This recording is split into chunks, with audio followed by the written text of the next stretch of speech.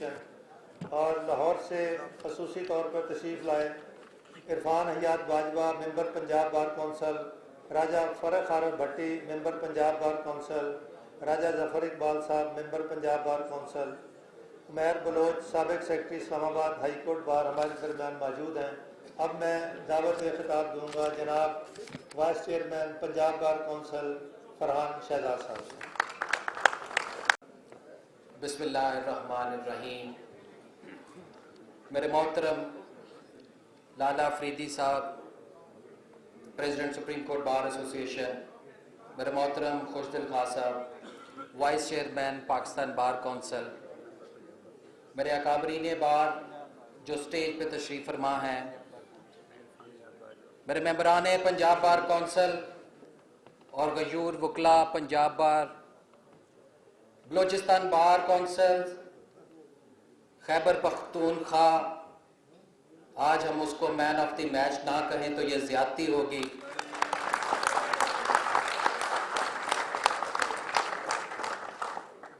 बलोचिस्तान से आए हुए तमाम मेरे मोहतरम वकला, मेरे बहनों और भाइयों, जहां आज सुप्रीम कोर्ट बार में जो स्ट्राइक की कॉल कराची में दी, पाकिस्तान बार कौंसिल ने उसको एंडोर्स किया, आज उसका अमली नमूना आप तमाम की शिरकत से ही पॉसिबल हो सका।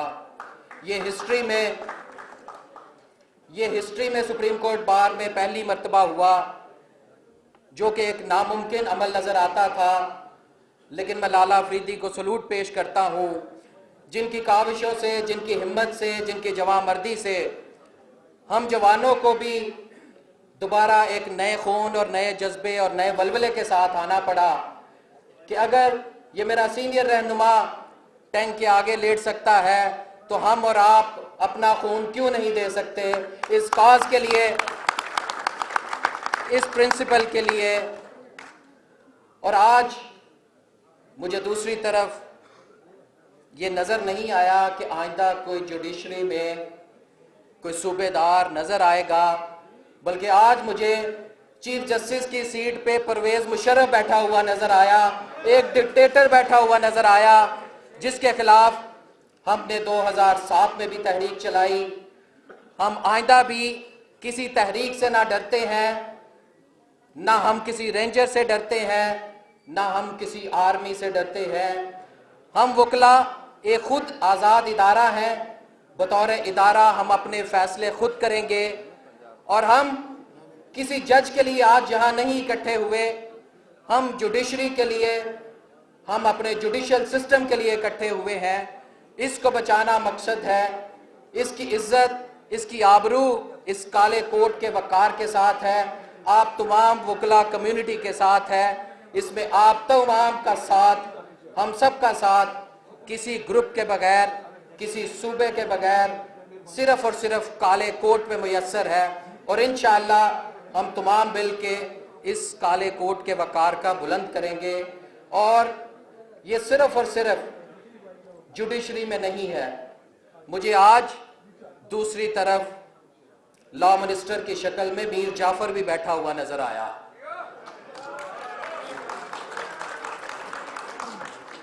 मैं उसको मुबारकबाद पेश करता हूं कि 5D की इंजर्शन के तहत मीर जाफर लॉयर एसोसिएशन उसको मुबारक हो जो अपने सरकारी वकला के साथ वो मिलकर बनाना चाहता है, जो कि हम नहीं बनने देंगे। और जजेस और जुडिशरी, अगर इन्होंने अपनी फैमिली सिस्टम को ही बढ़ाना है, इन्होंने अपने घर के जजेस अपॉइंट करने हैं, इन्होंने यूनियन बनानी है, तो फिर वकला से बड़ी कोई इदारा नहीं, कोई जमहूरियत नहीं, कोई इदारा नहीं जो इसके खिलाफ डट के खड़ा होगा। और आज इस कन्वेंशन से ना सिर्फ हम इस प्रिंसिपल की इम्प्लीमेंटेशन मांगते हैं, हम चीफ जस्टिस और पाकिस्तान से उसका रेजिग्नेशन भी मांगते हैं कि वो इस सीट के काबिल नहीं है, वो यहाँ बैठ सके और इन जजेस को इंसाफ दे सके। अगर वो इनको इंसाफ नहीं दे सकता तो इस सिस्टम को इंसाफ कैसे देगा।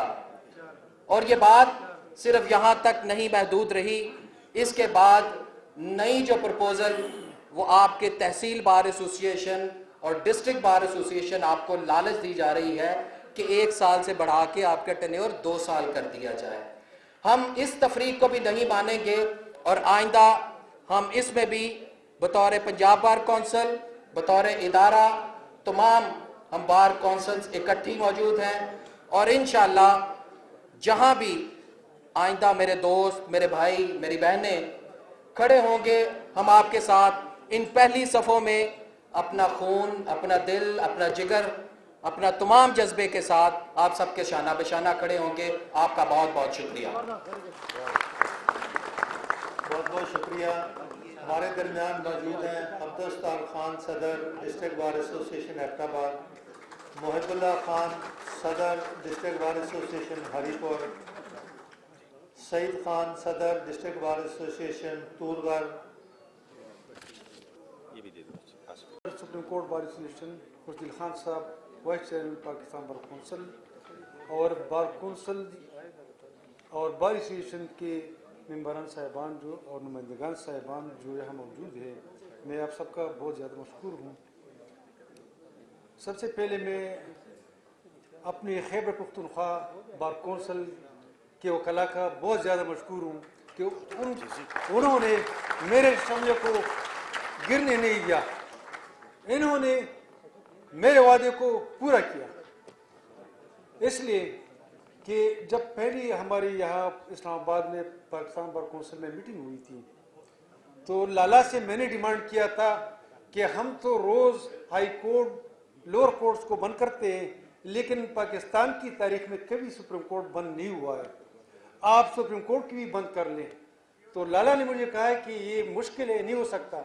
मैंने कहा कि लाला आप जुर्रत करें, ये हम पूरा करने देंगे। और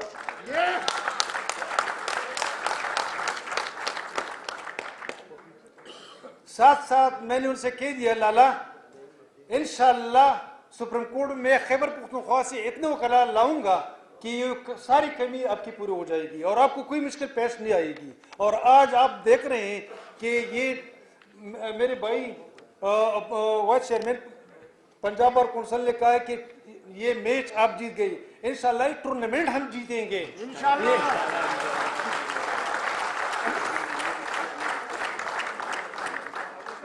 लाला मैंने आपसे वादा किया था, मैंने अपना वादा पूरा किया। मैंने आपसे कहा था कि सुप्रीम कोर्ट हम बंद करेंगे। आज हम खैबर पख्तूनख्वा के वकला सबसे पहले वहाँ मौजूद थे और 1-2 वकलाए थे, उनको हमने मना किया था और किसी को भी सुप्रीम कोर्ट के अंदर जाने की इजाज़त नहीं दी। और वो वादा मैंने पूरा किया कि सुप्रीम कोर्ट में हड़ताल मुअस्सर रहेगी और आज मुअस्सर रही।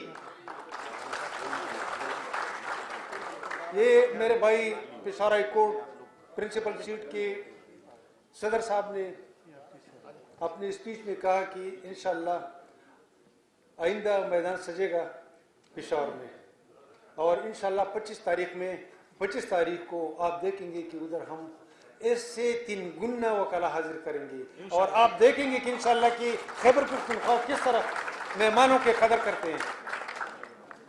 जहाँ तक हमारे तहरीक का ताल्लुक है तो पहले भी हम तहरीक चला चुके हैं, वो जजेस के बहाली के लिए हम चला चुके हैं, लेकिन अब अदलिया की बहाली के लिए और अदलिया की साख को बरकरार रखने के लिए और कानून की बलादस्ती के लिए हम निकले हैं और इंशाअल्लाह इसको बहाल करेंगे।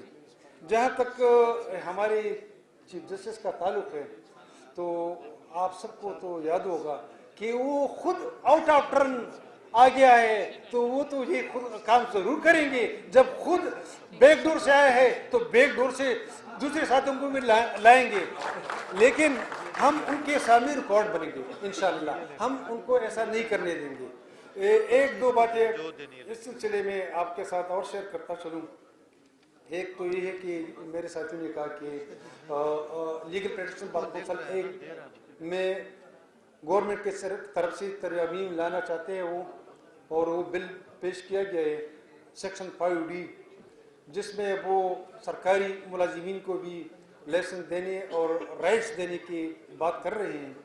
और वो मेरे भाई ने आपको बता दिया कि वो किस लिए कर रहे हैं, क्योंकि वो कला में अपने पोस्ट को ज़्यादा करने के लिए और अपने पोस्ट को बढ़ाने के लिए वो कर रहे हैं। लेकिन हम इसको उनको ऐसा करने नहीं देंगे। पहले भी मुशर्रफ ने legal practitioner bar council act में तरमीम किया था, उसी वक्त मेरे सीनियर वकला साहिबान बैठे हुए हैं। उधर जब हमने तारीख शुरू की तो हमने 20-25 वकला की लाइसेंस सस्पेंड की, तो फिर सारे वकला एक पेज पे आ गए। तो फिर उन्होंने legal practitioner bar council act में डिसिप्लिनरी एक्शन के लिए एक कमेटी बनाई है और वो उन्होंने एंडोर्स भी किया, लेकिन हमने नहीं माना और हमने अपने डिसिप्लिनरी कमेटी को पुराने तरीके पे जो हमारे मेंबरान साहिबान होते थे वो चलाते थे। ये भी खैबर पख्तूनख्वा को जाती है कि तहरीक के दौरान 1200 वकला को हमने लाइसेंस दी थी। 1200 सीधी बात करते हुए जो आज हमारा असल मौजू है, जजेस की तकर्रियाँ।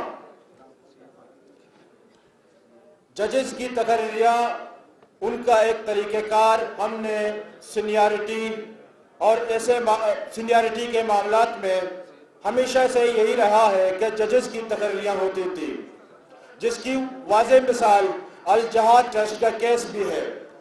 मगर अफसोस के साथ ये कहना पड़ता है कि हमारे जो जज साहिबान सुप्रीम कोर्ट में बैठे हैं और बादशाह बने बैठे हैं कि एक किसी को 5वें नंबर से उठा लें, किसी को 4थे नंबर से उठा लें। तो जनाब वाला, हम आपको ये बताना चाहते हैं कि अब ऐसा नहीं चलेगा। रहमानिर्रहीम। हमारे मुहतरम Pakistan supreme court bar association के सदर अब्दुल लतीफ़ अफरीदी साहब, पाकिस्तान बार कौंसिल के अरकान और मुल्क के तमाम सूबाई कौंसिल्स के वाइस चेयरमैन एग्जीक्यूटिव कमेटीज़, मुल्क भर के एसोसिएशन के सदूर, जनरल सेक्रेटरी, मेरे सामने बहुत मुहतरम उकला साहिबान, मेरे अजीज साथियों, भाइयों, मुहतरम बहनों और इलेक्ट्रॉनिक प्रिंट मीडिया के साथियों, सबसे पहले मैं अपनी तरफ से पाकिस्तान बार कौंसिल की तरफ से आप सबका बहुत मशकूर ममनून हूँ। और आप मुल्क के दूर दूर इलाकों से बलूचिस्तान कोटा से तशरीफ़ लाए हैं, सिंध से, कराची से तशरीफ़ लाए हैं, पंजाब से तशरीफ़ लाए हैं और पुख्तूनख्वास के दूर दराज इलाकों से तशरीफ़ लाए हैं। मैं आपको खुशामदीद कहता हूँ। आप लोगों का बहुत बहुत शुक्रिया और खुसूसन फिर पुख्तूनख्वा के उकला का बहुत मशकूर हूँ और मुझे ऐसे नौजवानों पर फख्र है कि आज इन्होंने इस महफिल को रौनक बख्शी। मुझे एक और बहुत खुशी हुई, आपके इत्तेहाद, आपकी मोहब्बत और आपके खुलूस को सलाम पेश कर रहा हूँ। और हमारे उकला के पास सिर्फ एक ही वेपन है, वो आपकी खुलूस, आपकी इत्तेहाद और आपकी मोहब्बत, जो आज आपने उसका मुजाहरा किया।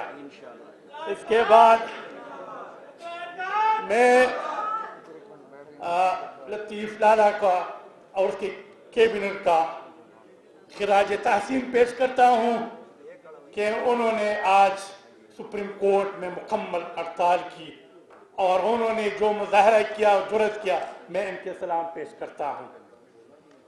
साथ यहाँ पर हमारे पेशावर हाई कोर्ट के सदर बिलावल साहब ने 25 सितंबर को पेशावर में इसी तरह कन्वेंशन का ऐलान किया। हम इंशाल्लाह उनके साथ है।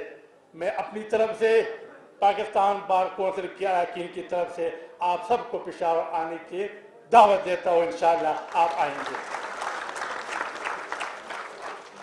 अजीज साथियों, यहाँ पर मैं जब देखता हूँ तो बहुत सीनियर वकला साहिबान है और वो मुख्तलिफ औकात में वकला के नुमाइंदा रह चुके हैं।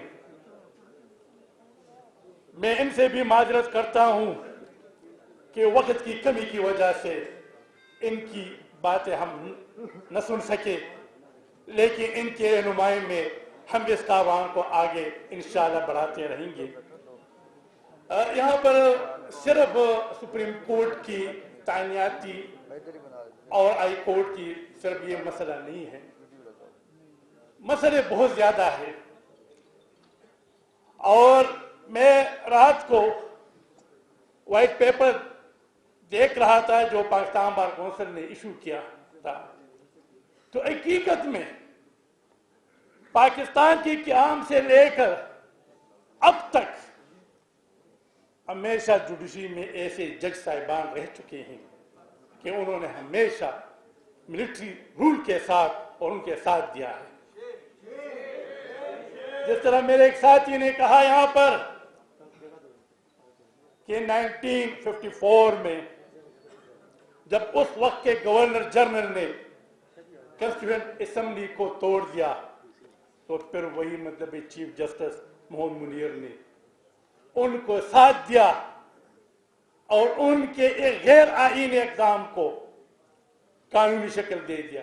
और ये सिलसिला आता जा अब भी है। ये इनका 1997 में भी हमने देखा, 2007 में भी हमने देखा। तो सिर्फ ये अदले की आज़ादी की बात नहीं है, इस सिस्टम की बात है। हमें इस सिस्टम को तब्दील करना होगा। सिर्फ एक जज से आने जाने से फर्क नहीं पड़ता है।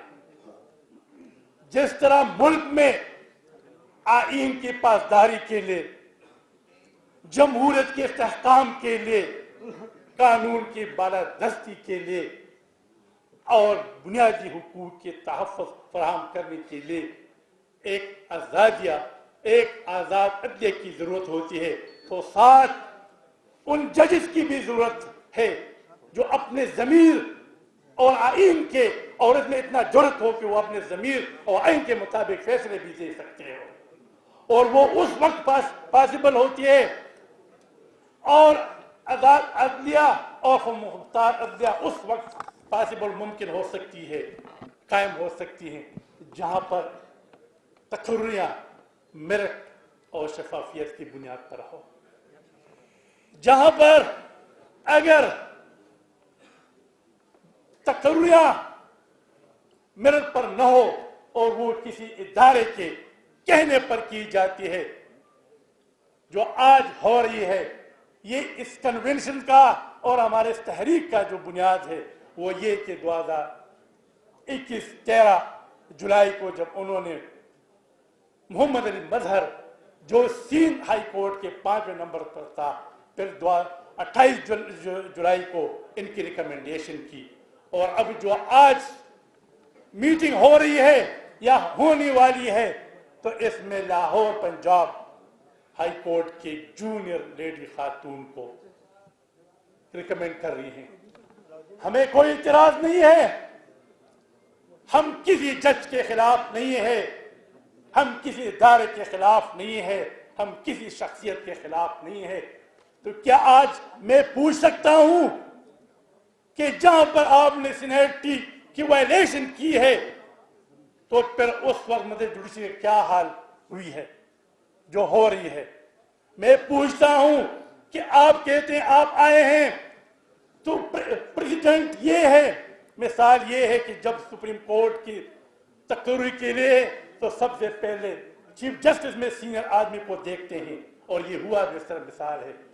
तो अब मैं ये कहता हूं कि अब जो हक है वो इस्लामाबाद हाई कोर्ट के चीफ जस्टिस अतरमिल्लाह का हक बनता है कि उनको आप उनको हक दे दें।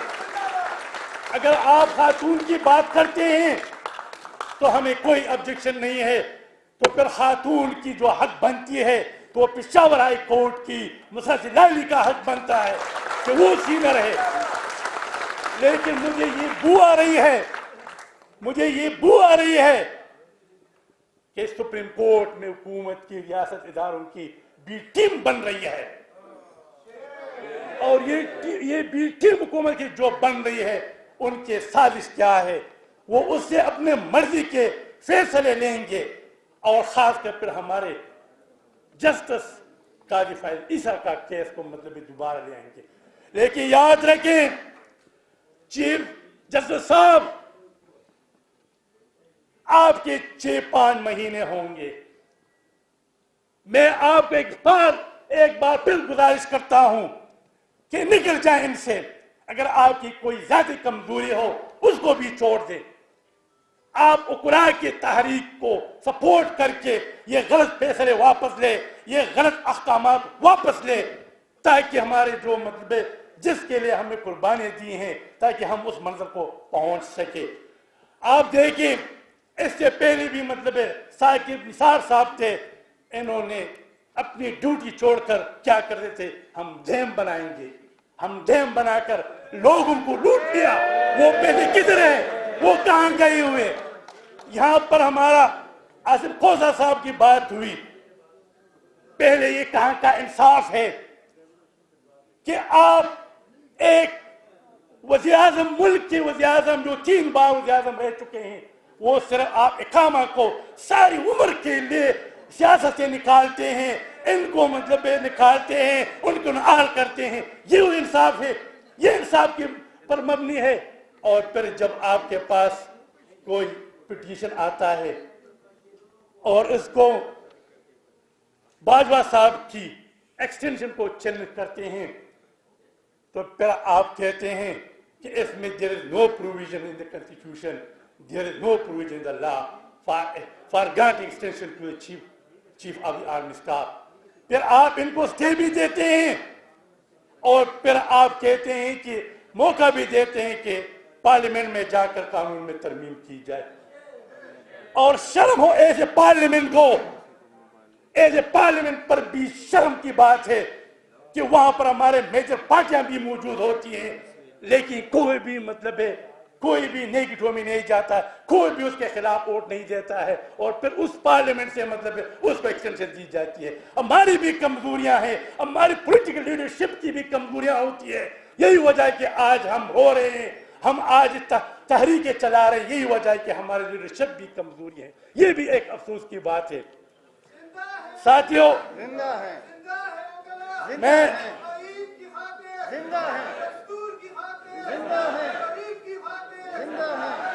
मैं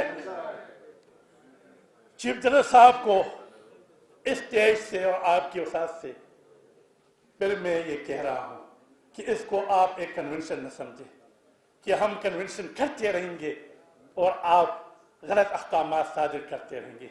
ये बात नहीं है। इस तहरीक में तशद्दुद भी आ सकता है, एक वक्त आ सकता है कि हम इस सुप्रीम कोर्ट को घेराव करेंगे, एक वक्त आ सकता है कि हम पार्लियामेंट की भी को घेराव कर सकते हैं और करेंगे इंशाल्लाह, अगर ये हमारी मतलब बात को न माने।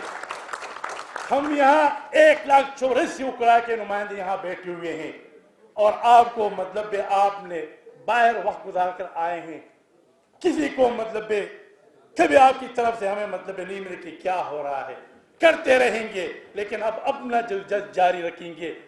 इन्होंने अभी तो अब मैं आता हूं सुप्रीम कोर्ट की, तो ये जिस तरह मेरे यहाँ सरदार अब्दुल राज़िक भाई ने कहा कि सिर्फ सुप्रीम कोर्ट की बात नहीं होनी चाहिए बल्कि हाई कोर्ट, तो मैं ये सजेशन दे देता हूं कि हमारा जो जुडिशल कमीशन है चाहिए कि उनकी जो रूल जो देखें वो बहुत मुख्तसर रूल्स हैं, उनमें कोई मतलब नहीं।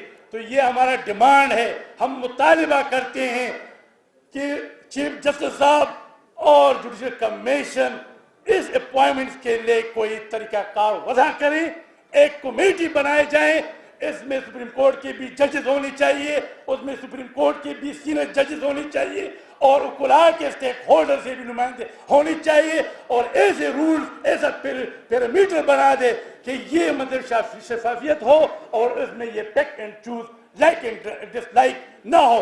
तो ये हमारा भी मुतालिबा है कि जल्द अज जल्द मतलब जुडिशल कमीशन का मीटिंग बुलाकर एक कमेटी बनाया जाए ताकि आए दिन जो पिक एंड चूज है क्या पाकिस्तान से लेकर अब तक ये लाइक एंड डिसलाइक ताकि इसका मामला खत्म हो जाए। अब मैं आता हूं यहां पर ये सब खबर ये जो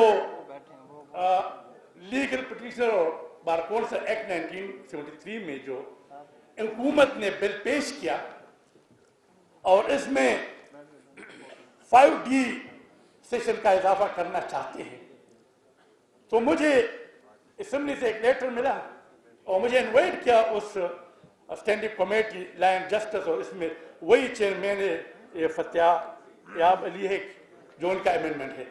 तो आप यकीन जाने, मैं ओथ पर कहता हूं, इस मुल्क में वकला, इस मुल्क के वकला आईन की खातिर, आईन की खातिर, दस्तूर की खातिर, दस्तूर की खातिर, अली कुर्द की सूरत, अली कुर्द की सूरत, अफरीदी की सूरत, कोई आकर देखे, कोई आकर देखे, बुला कर देखे, बुला कर देखे, टकरा कर देखे, टकरा कर देखे, ये बनकर जुर्रत, ये बनकर जुर्रत, ये बनकर कुव्वत, ये बनकर कुव्वत, जेलों में जाकर, जेलों में जाकर, ये डंडे खाकर, ये डंडे खाकर, सूली पे चढ़कर, सूली पे चढ़कर, जिंदा है वकला,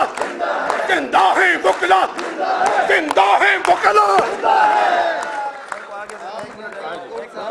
अली कौर साहब के लिए तालियां।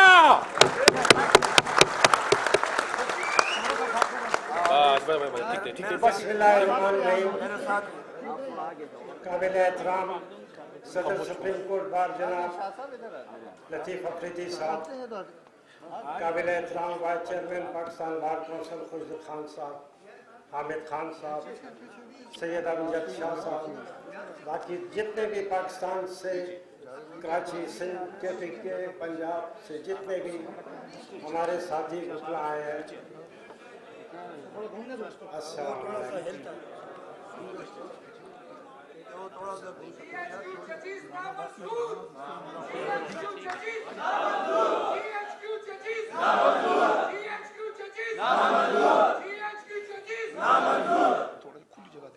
बात उसको समझाई जाती है जिसको आदमी समझता है कि ये शायद अकल में और समझने में इसकी अकल काम नहीं करती, आदमी उसको समझाता है।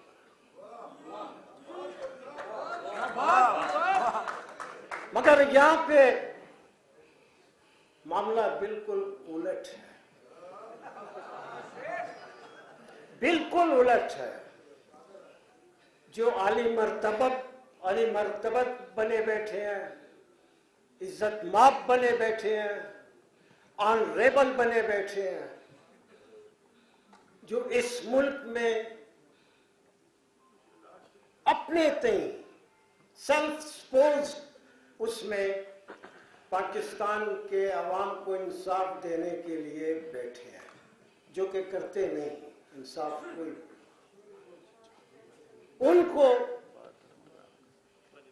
कितना अरसा हुआ हम समझाने के लिए कराची गए, आज इस्लामाबाद में हैं और अब पेशावर की बारी है।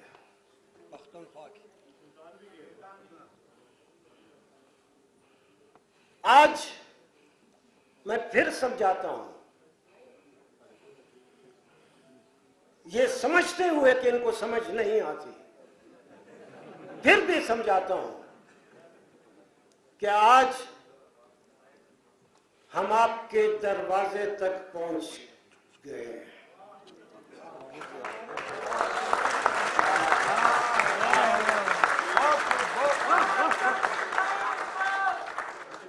आपके दरवाजे तक हम पहुंच गए हैं। आपके कोर्ट रूम और दरवाजे में सिर्फ चंद कदम का फासला है। वो हम अपनी मर्जी से, अपनी मंशा से और वकला और अदालतों के एहतराम की वजह से वो चंद कदम हमने क्रॉस नहीं किया। मगर कब तक?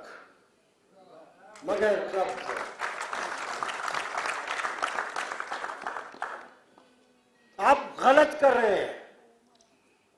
आप इज्जत माप बने बैठे हैं, इज्जत माप तक ही रहे, हमारे माँ बाप नहीं बने आप।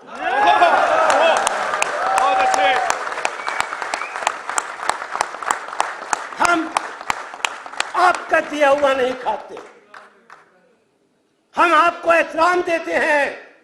यही एहतराम था कि आज हम वो चंद कदम क्रॉस करके आपके कोर्टरूम तक नहीं पहुंचे। हमारी सोच देखें, हमारा वकार देखें, हमारा सोचने का अंदाज देखें। हमको कौन माई का लाल वो चंद कदम क्रॉस करने में रोक सकता है?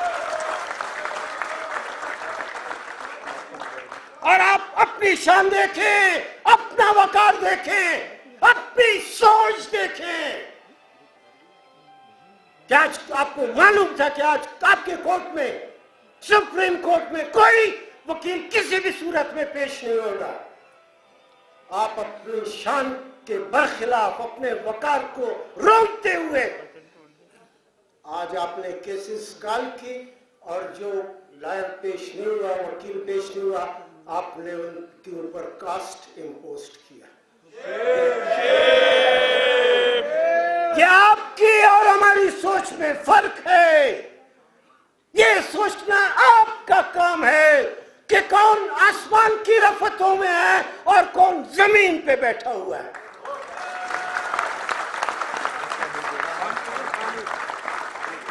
ये आपका सोचने का काम है। हमने आपको, इस मुल्क के लोगों ने आपको, इस मुल्क के आईन ने आपको, इस मुल्क की वकला की जदोजहद ने आपको आज इस जगह पे बिठाया हुआ है। और आपकी सोच ये है कि अली अहमद कुर्द आपके कोर्ट में पेश नहीं हुआ तो आपने कास्ट इम्पोज की। आप मुझे सिर्फ ये बताएं, वो तो सारे ऑर्डर शीट हम निकाल के अभी देख लेते हैं, अभी आदमी भिजवा के देख लेते हैं। जितने भी आपने कास्ट आज वकील के जिम्मे लगाए हैं, सिर्फ हमें ये इत्ला दें कि वो सारी कास्ट जमा करके आपके घर पहुंचाएं या किसी और। जजेस जनरल राब्ते, जजेस जनरल राब्ते।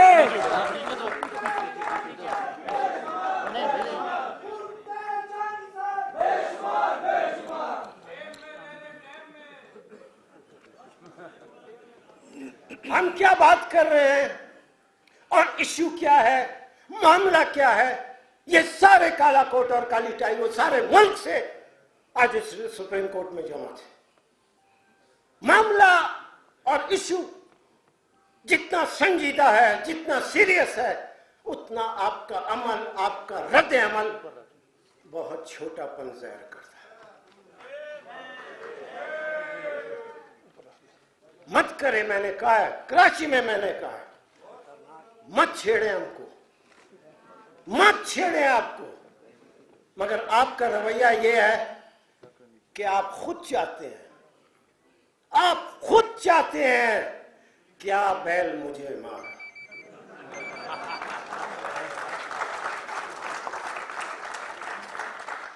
और जब आप बैल मुझे मार वाले में जब बैल मैदान में निकलता है, उससे ज्यादा खौफनाक सूरत-हाल फिर नहीं पैदा होती।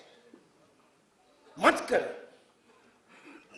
मैं हमेशा कहता रहा हूं और बड़े यकीन से कहता रहा हूं कि हमको पेशावर जाने मत दो।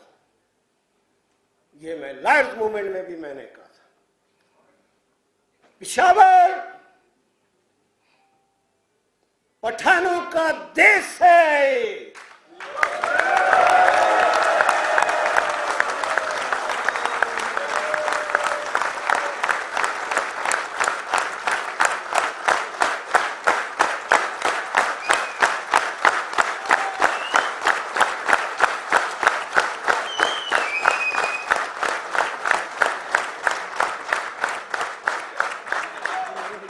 पठानों का देश है, पिशावर और हमारी शान है। पिशावर पहुंचने का मतलब, पिशावर जाने का मतलब, इसका मतलब अब फिर मामला आमने और सामने का है। फिर आप है और हम है।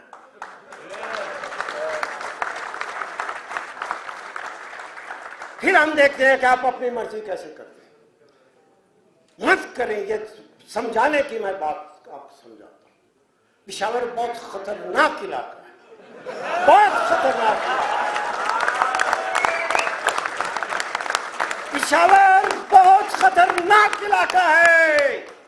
वहां जब पिशावर बुकला गए, वहां के बाद जब पिशावर से बुकला निकलेंगे तो फिर ये बुकला का यलगार होगा, उसके सामने कोई नहीं है।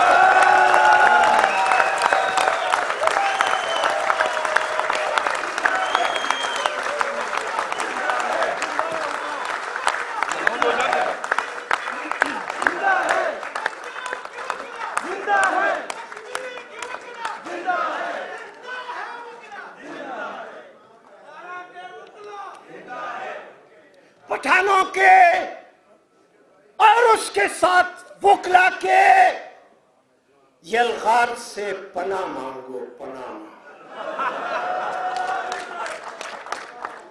मत करो, जागीर मत बनाओ किसी चीज को। ये सुप्रीम कोर्ट को तुम लोगों ने अपनी जागीर बनाई हुई है।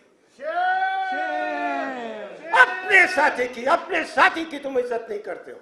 वही सिंध का चीफ जस्टिस, जब सिंध आपके सुप्रीम कोर्ट की जो है बेंच जाता है, आप उनके साथ बैठ के जो है कॉफी पीते हैं टी ब्रेक में, और सारी लवाजमात खाते हैं। और जब एलिवेशन की बात होती है तो चीफ जस्टिस को आप जो है एड हॉक जज के तौर पे आप बेइज्जती कर रहे हैं। इसका मतलब आपने इतने भी इखलाकी तौर पर ये भी आपने नहीं सीखा इंसानी रवैये में कि अपने दोस्त की बेइज्जती नहीं की जाती। आप बेइज्जती कर रहे हो उसकी। और दूसरी बात ये है, हमने कराची में बहुत बड़ा रिप्रेजेंटेटिव्स कन्वेंशन किया, सारे पाकिस्तान के वकला वहां जमे थे। हमने कहा कि मत करो, गलत कर रहे हो। उसके बावजूद फिर जुडिशल कमीशन का इजलास आपने बुलाया और आयशा मलिक को जो एलिवेट कर रहे हैं। इसका मतलब आप हमको चैलेंज कर रहे हैं। हमको बहुत साल पहले किसी और ने भी चैलेंज किया।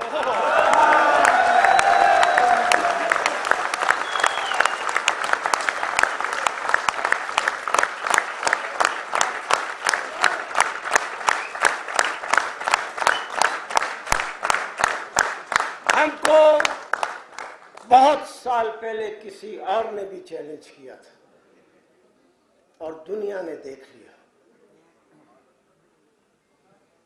ये मुल्क इस तरह नहीं चल सकता जिस तरह चलाया जा रहा है। इस पे हाकिम के ऊपर हाकिम बैठे हुए हैं, अब बोलने की इजाजत नहीं देते। मैं ख्वाब देखता हूं, लोग हैं, हम गरीब लोग हैं, इस मुल्क के गरीब किसान मजदूर लोग हैं, स्टूडेंट्स हैं, हम ख्वाब देखते हैं और उस ख्वाब के लिए इजहार चाहते हैं। हम अपनी ख्वाब लोगों के सामने पेश करेंगे तो तब एक मजमूई तौर पर इस मुल्क में एक कंसेंसस पैदा होगा, एक शऊर पैदा होगा और लोगों के ख्वाब पूरे होंगे। आपने इस मुल्क के एक एक चैनल के ऊपर, एक एक प्रेस के ऊपर आपने अपने आदमी बिठाए हुए हैं। आपने अपने आदमी बिठाए हुए हैं। ये खबर छपेगी, ये खबर नशर होगी, ये नहीं होगी। ये खतरनाक खेल है। 22 करोड़ आवाम को ख्वाब देखने से और 22 करोड़ आवाम की नुमाइंदगी करने से लोगों को आप नहीं रोक सकते। आपको ये पाबंदियां उठानी पड़ेगी। ये साफियों को जो आज आजादी, थोड़ी बहुत आजादी है, ये किसी ने उनको सोने के प्लेट में लाकर नहीं दी है, ये उनकी जदोजहद से हुई है। आज इस मुल्क में जितनी जमहूरियत है, आज इस मुल्क में जितनी लूली लूली लंगड़ी अदलिया है, ये आपके फैसलों की वजह से नहीं है, ये वकला की जदोजहद की वजह से।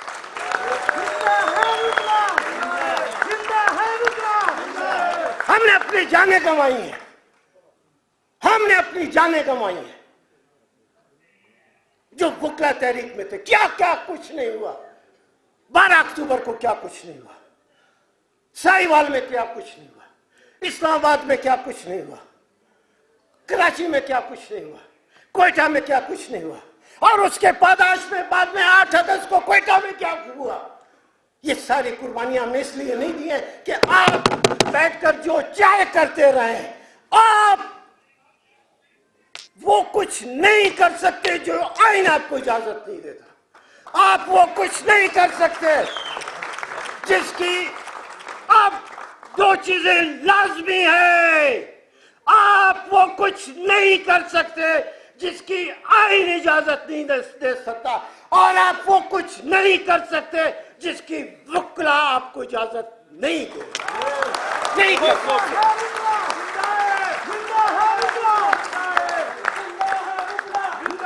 बंद करो ये सिलसिला, बंद करो ये सिलसिला।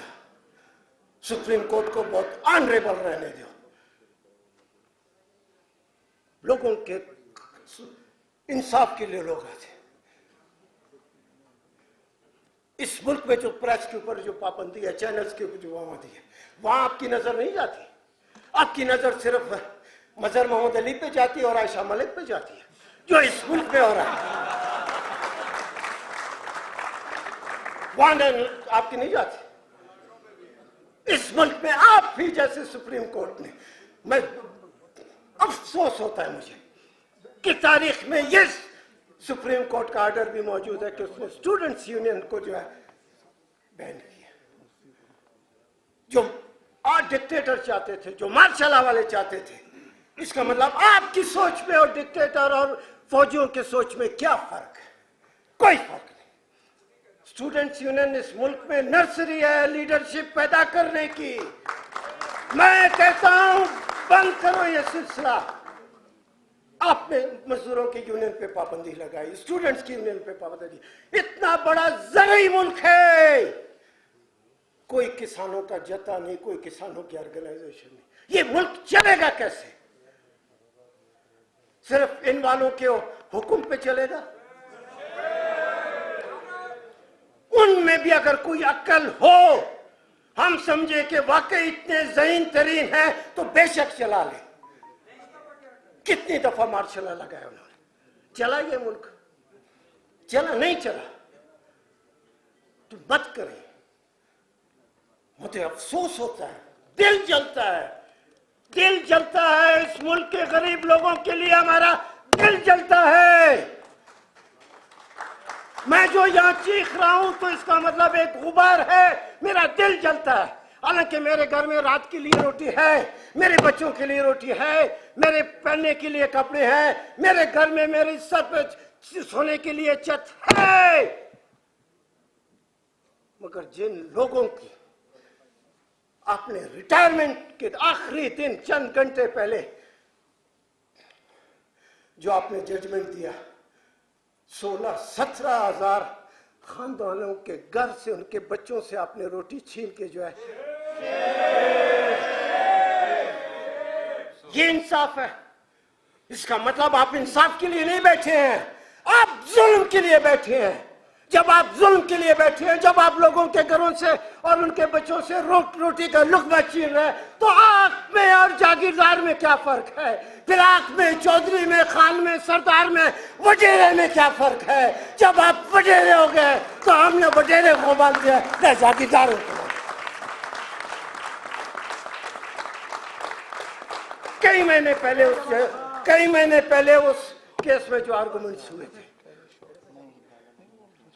यहाँ तो आदमी को एक हफ्ता, एक वीक पहले की जो कही हुई बात याद नहीं रहती है। और मुशीर आलम इतना बड़ा ज़हीन तरीन जीनियस आदमी था कि कई महीनों के पहले के आर्गुमेंट्स की बुनियाद पे उसने वही, हाँ वह कई महीने हो रहे। ये आपका इंसाफ है? और ये बड़ा मोतबर बन के आपके पास बैठा हुआ था। मत करो, इस तरह के लोगों को मत ले आओ। लोगों ने बदवाएं दी हैं, बदवाएं दी है। मेरे सामने लोगों ने ऐसे हाथ जोड़ जोड़ कर रोते हुए कहा है, बदवाएं दी हैं। वो बदवाएं सिर्फ मुशीर आलम के लिए नहीं है, सारी की सारी सुप्रीम कोर्ट के लिए। और ये लोगों की बदवा है, ये लोगों की आह है, बदवा है कि हम आज यहां बैठकर आपको चैलेंज कर रहे हैं।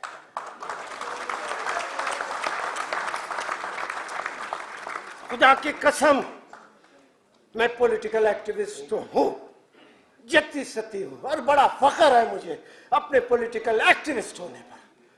खुदा की कसम, अगर मैं किसी पॉलिटिकल पार्टी का सदर होता, अगर मैं इस मुल्क में किसी सियासी जमात का सदर होता, एक एक अपनी पार्टी के एक वर्कर को जमा करके मुशीर आलम के घर के सामने मैं देखता हूं वो मर्द का बच्चा कैसे बाहर निकलता।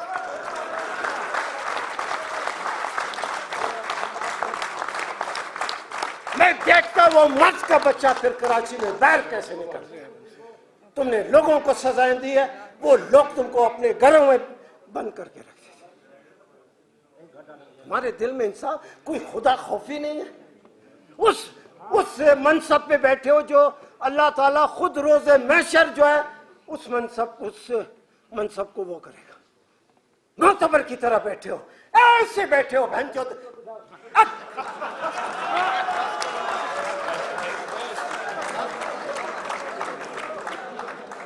गर्दन में तुम्हारी अकड़ है, ऐसे अकड़ कर बैठते हो। आधा घंटा वकील को, बड़े बड़े सीनियर वकील को, बड़े बड़े काबिल तरीन वकील को आधा घंटा सबमिशन पेश करते हुए, मगर आपके गर्दन में जो राड है उसमें फर्क नहीं होता। आप ऐसे ही बैठे होते हैं। आप हमसे ज्यादा ज़हीन है। आपकी ज़हानत तो मैंने देख ली कि कई महीनों से पेंडिंग है केस में। ये आपकी इखलाकियात का एक म्यार है, ये आपकी ज़हानत का एक म्यार है कि आप गलत फैसला करते हैं। मत जाने दो। अब तो फैसला हो गया पिशावर का। बहुत खतरनाक इलाका है पिशावर, पठानों का।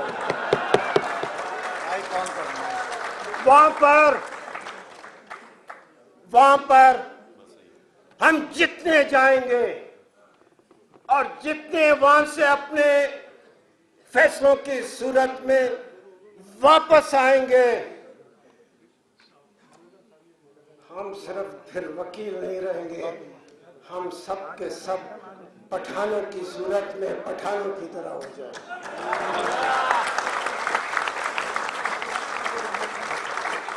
और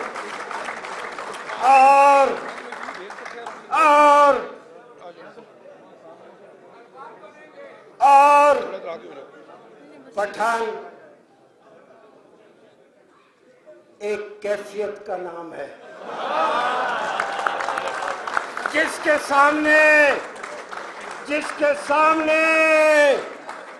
कोई मर्द का बच्चा नहीं ठहर सकता।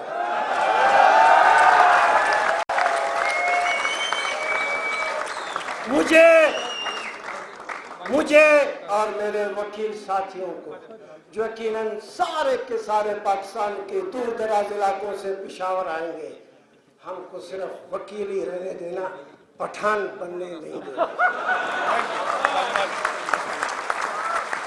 Representatives of all high courts, bar associations, district bar associations and tehsil bar associations, and jointly resolves and demands, number one, that there is a growing perception that the various affairs of the judiciary are not being conducted with the desired level of independence, impartiality and neutrality, which has created a crisis of confidence in the judicial institution.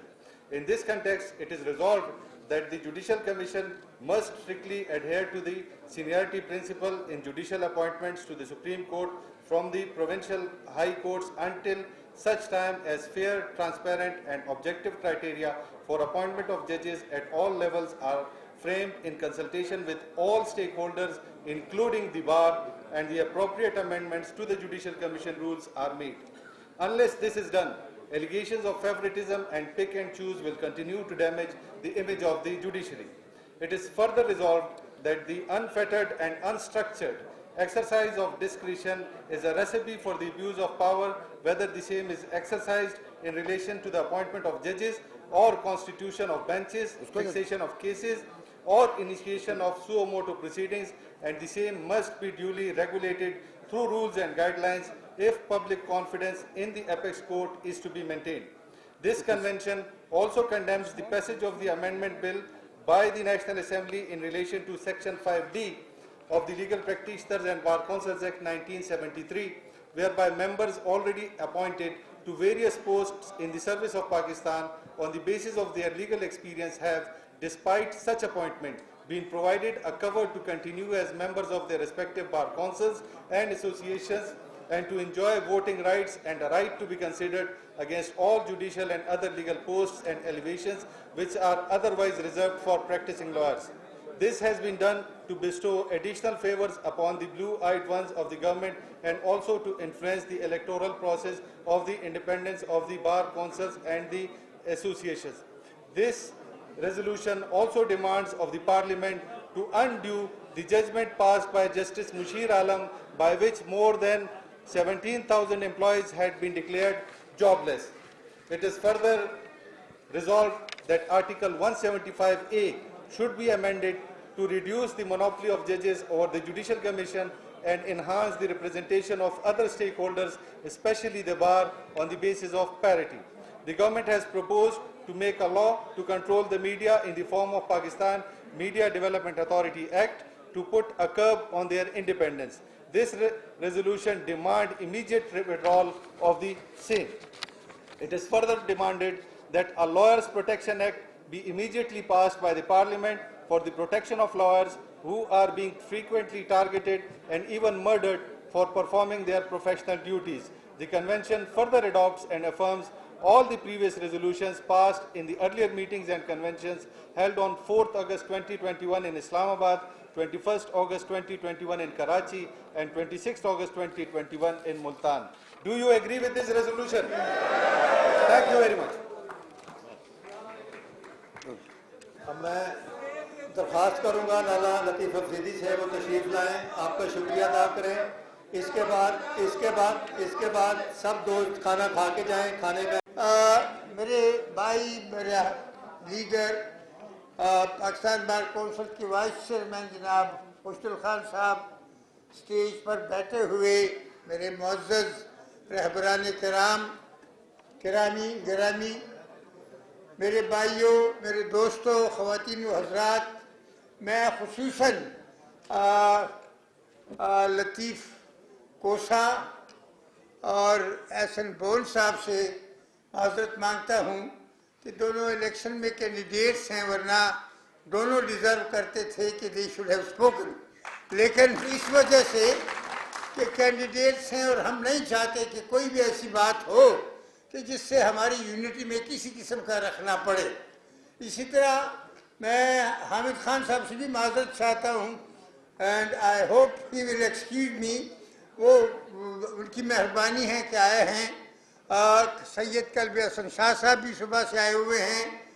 जितने भी लोग आए हुए हैं आप लोग, ये कोई महज वकील नहीं हैं, ये तमाम पाकिस्तान का जो हकीकत में वकला बिरादरी में जो जिस्ट है उनका, जो उनका सब्सटेंस है, जो उनका ब्रेन है, जो उनकी लीडरशिप है, वो सारी इस कन्वेंशन में मौजूद है। And I congratulate you all कि ये बहुत ही कामयाब कन्वेंशन है। अब मैं मेरे मोहतरम जनाब चीफ जस्टिस गुलजार साहब से पूछता हूँ कि आपने वहाँ पाबंदी लगाकर क्या पाया? मैं समझता हूँ आपने सब कुछ खोया। आपने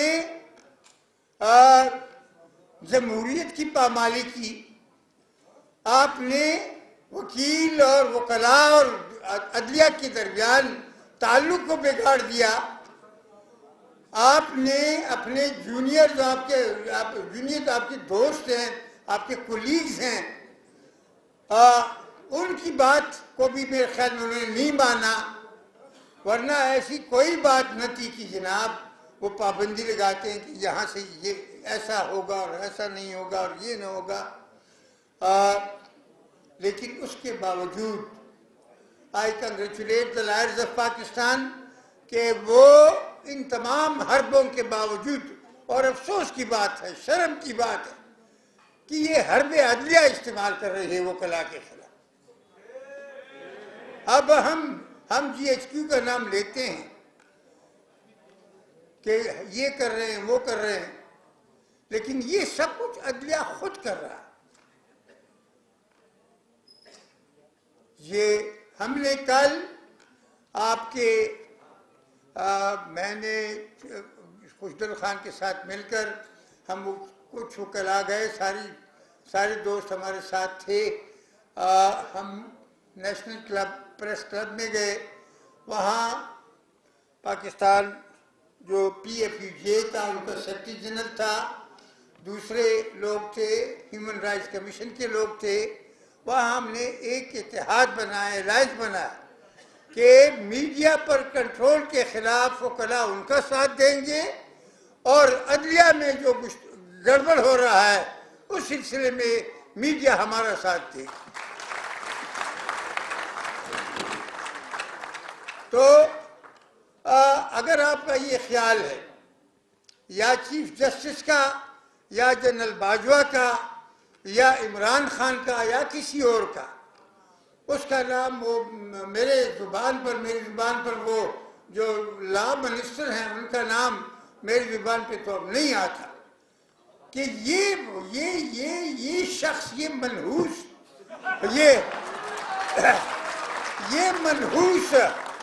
लीगल प्रैक्टिशनर बार कौंसिल के सेक्शन 5 में तजवीज़ करता है कि सिविल सर्वेंट्स को भी वकील बनाओ, उसको काला कोट पहनाओ, और GHQ वाली भी कहते हैं कि उनको बनाओ। तो ये ऐसे वकीलों को हम बार रूम में नहीं छोड़ेंगे। आप छोड़ेंगे?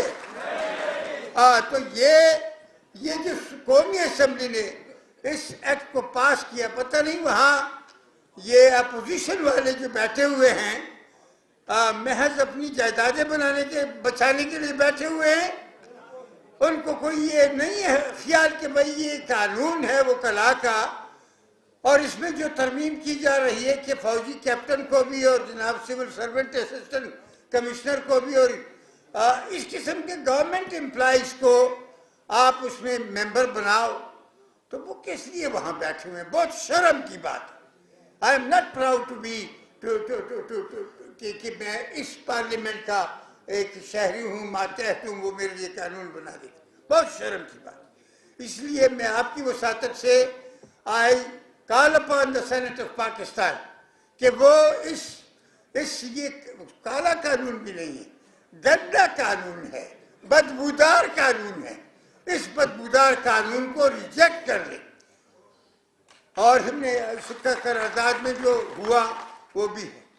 दूसरी बात ये है कि ये मेरे वकला भाई जो कि इंतहाई काबिल लोग हैं, नेशनली इंटरनेशनली माने जाते हैं, ये जो मशीर पेश इमाम ने 20 माह रिजर्व करके ये फैसला सादिर किया और 17 लोगों के पेट पर छुरी फेर दी,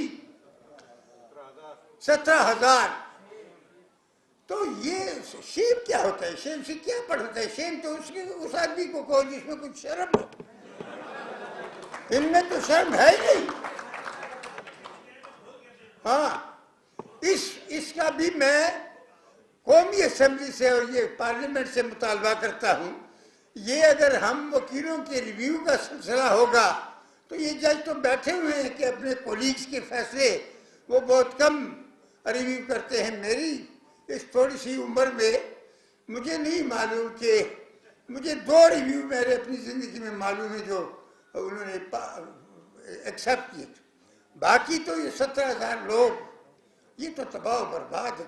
किसी की 2 महीने सर्विस बाकी थी, किसी की 4 महीने, किसी का 1 साल, किसी का 2 साल, और पेंशन पर जाने वाले लोगों को इन्होंने कत्ल करवाया।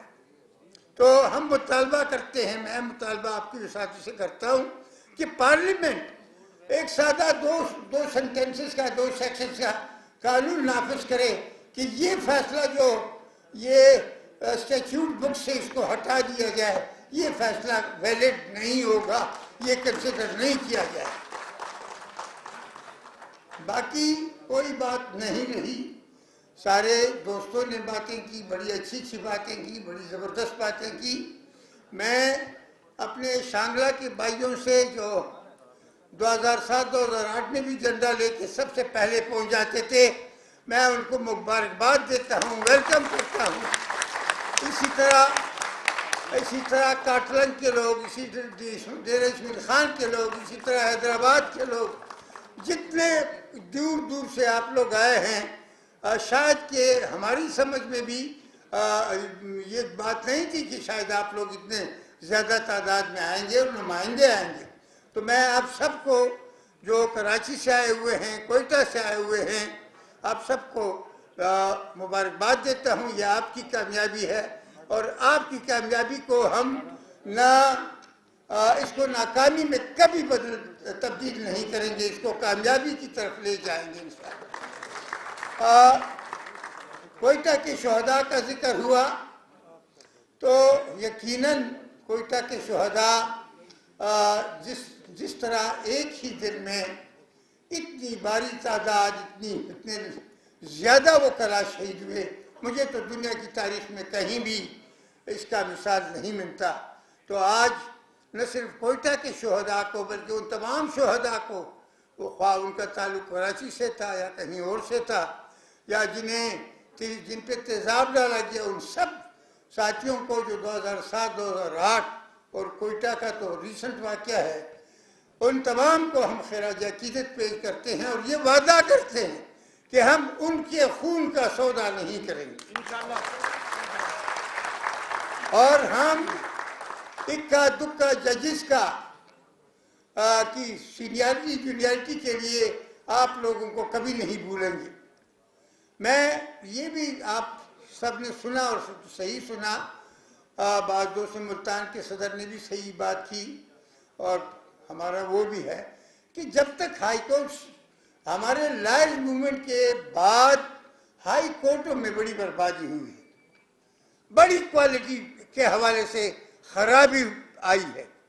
अब थोड़ी बहुत शायद अब मैं लाहौर का किस्सा आपको सुनाऊं तो हैरान रह जाएंगे, नहीं सुनाना चाहिए, खुद अपने कपड़े उतारने के मुतरादिफ।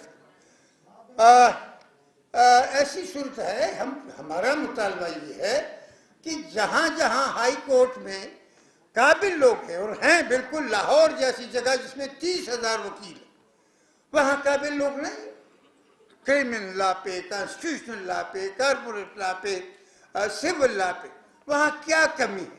आप जो 107 को आप मुझ जैसे लोगों को उठा के जज बना देते हैं जिनको 107 भी मालूम नहीं हो। इसी तरह पख्तूनख्वा में, इसी तरह सिंध में, ये सिंध में एक मसला है, वो चीफ साहब का अजीब सा हुआ, मैं तो नहीं समझता, शायद हामिद खान साहब कुछ हमें समझा सके। अजीब बात है, सिंध के चीफ जस्टिस को प्रपोज किया गया लॉ एंड जस्टिस कमीशन ने कि he should be brought as ad hoc जज ऑफ सुप्रीम कोर्ट। वो समरी गई जनाब प्रेसिडेंट साहब के पास, अलवी साहब के साथ, चश्मा भी पहनता है माशाल्लाह। उसने चश्मा लगाकर देखा, पड़ा और फट दस्तखत किया और उसका नोटिफिकेशन जारी हुआ।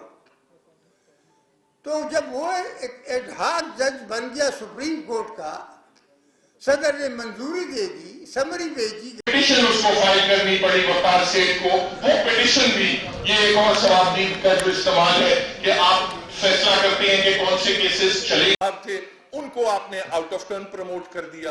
तो ये अगर मयार हम अपने इन लोगों से एक्सपेक्ट कर रहे हैं जिनके लिए हमने स्ट्रगल किया है, तो ये बड़ी अफसोसनाक बात है।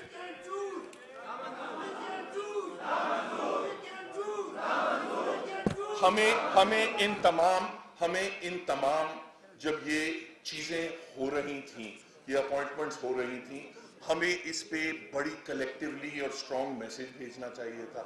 जब जज साहिबान के ऐसे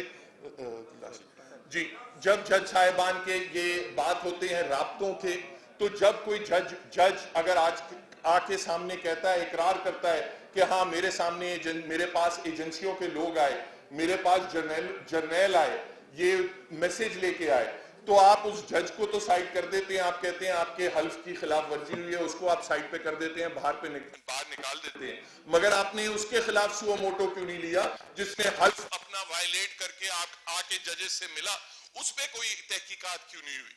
तो अगर हमारी बार की तरफ से एक मुयस्सर आवाज बन के जाएगी तो मैं समझता हूं हमारी जुडिशरी जो है वो मजबूत होगी। इसी उम्मीद के साथ आज हम सारे, और बिलखसूस मैं कहूंगा कि जो हमारे केपीके के और सिंध के दोस्त हैं, वो इसी उम्मीद के साथ आए हैं कि हमारे इस्लामाबाद और पंजाब के जो हमारे भाई हैं वो हमारी इस कॉज में हमारे साथ चलेंगे। शुक्रिया। अदलिया के ख्वाब के साथ हम सब सड़कों पे निकले, मारे भी खाए, जेले भी, बहुत से वकला शहीद भी हुए।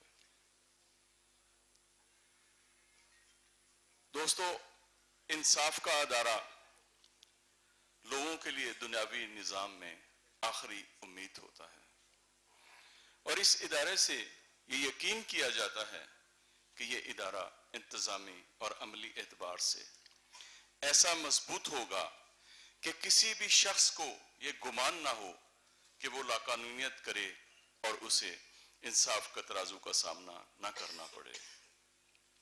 मगर यहां तो इंसाफ का अपना तराजू ही टेढ़ा है। किसी भी इदारे में तैनाती के कुछ असूल, कवायद और ज़वाबित होते हैं, मगर हमारे निज़ाम के असूल और कवायद और ज़वाबित तो किसी को पता ही नहीं। इसी वजह से इस इदारे पे आज इस मुल्क के तमाम वकला और अवाम का एतबार उठ चुका। जालिम इस निजाम से खुश है और मजलूम सहमा हुआ। किसी भी मुनसिफ का इंसाफ उसकी अपनी जात से शुरू होता है।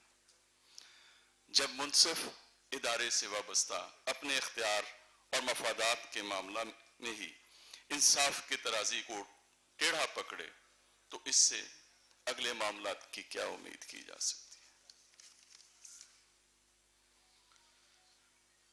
है। आज आला अदलिया में तैनातियां शिजरा नस्ब, जात और चैम्बर से वाबस्तगी की बुनियाद पे हो रही हैं। पता नहीं दूसरे इदारों में मेरिट ढूंढने वालों का अपने इदारे में मेरिट क्या है। फिर अपने ही फैसलों की खुद नफी करते हैं और जिसे पिया मन चाहे वही सुहागन कहलाए।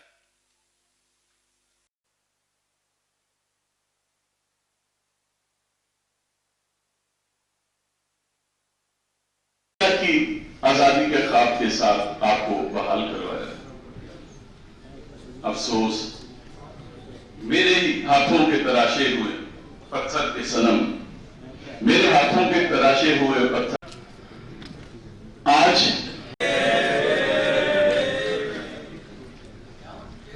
अदलिया एक सियासी पार्टी का रूप था जो बेहतर किया जाए। आप इकट्ठे होते हैं में अपनी पे एंड ब्रिक्स बढ़ाने के लिए।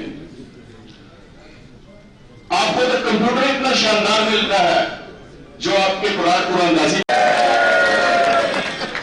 कंप्यूटर जनाब उन मजलूम लोगों के, उन गरीब लोगों के जिनकी लैंड एक्वायर की जाएगी, जिन पे को गोश्त के नाखून लेना होंगे। आज आप कहते हैं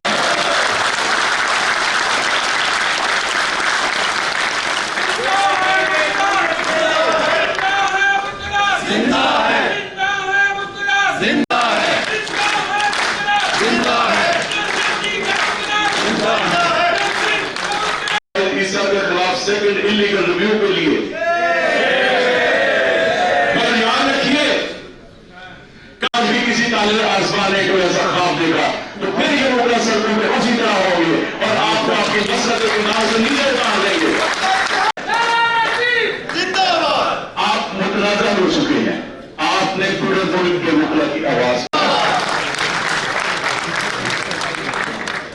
बहुत शुक्रिया। हमारे अब मैं दावत खिताब दूंगा जनाब हाजी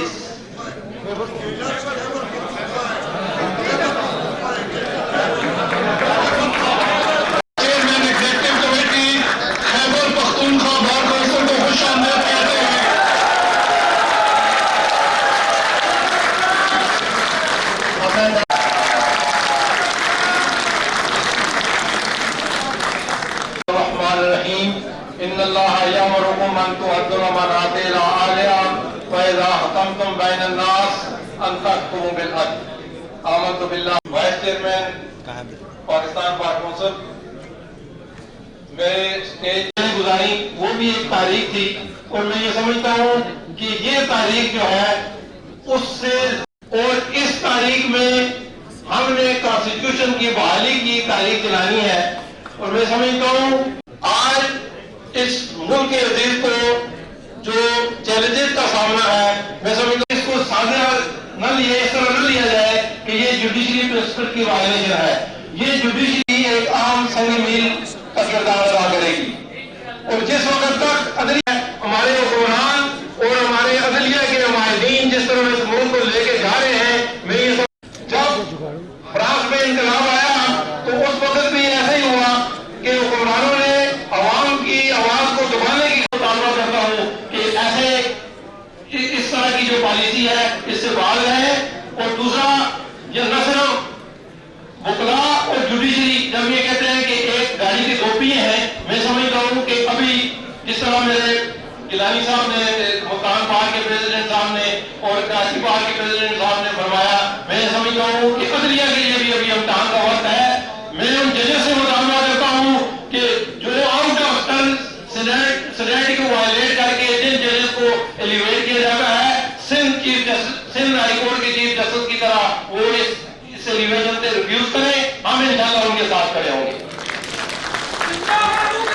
ये सिर्फ मुकरा की तारीख नहीं है, मैं समझता हूँ कि ये जुडिशरी की बचाव की तारीख है और जुडिशरी को भी हमारे साथ खड़ा होना चाहिए।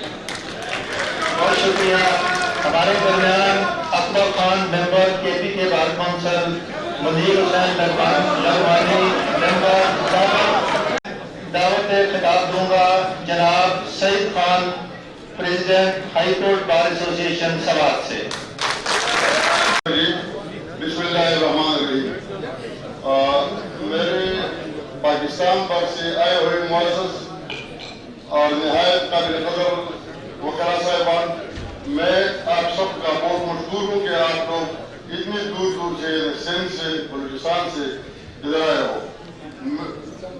सुबह खैबर पख्तूनख्वा का नाम वहाँ से हमारे दोस्त बोल रहे हैं, आईनी तौर पर KPK नाम नहीं है, वहाँ पे आईन में खैबर पख्तूनख्वा का नाम लिखा गया है।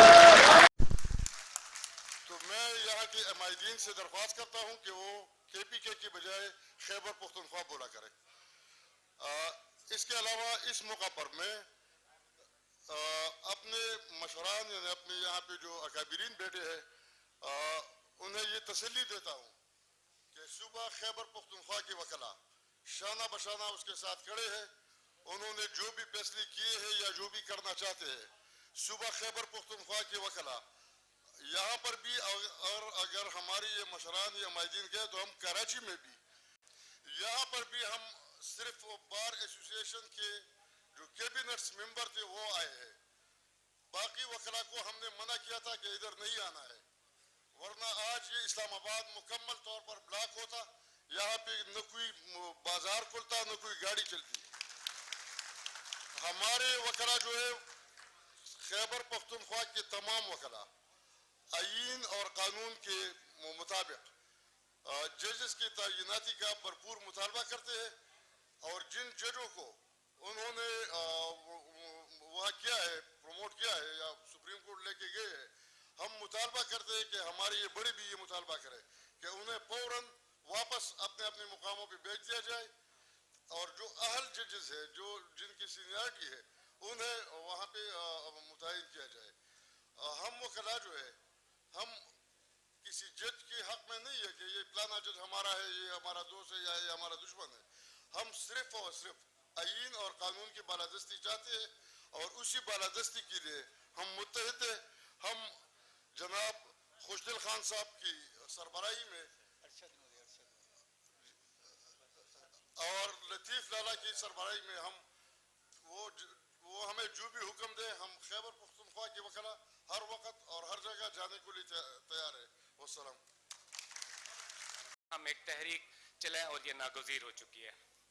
यहाँ पे मैं एक गुजारिश करना चाहूँगा कि ये जो भी सीनियरिटी को वायलेट करके किसी जूनियर जज को किसी वजह की बुनियाद पर लाया जाता है तो वो जजेस फैसले भी उस वजह की ताबे होकर करते हैं और उनके फैसले कभी भी हम ये उम्मीद नहीं रख सकते कि वो मेरिट पे होंगे।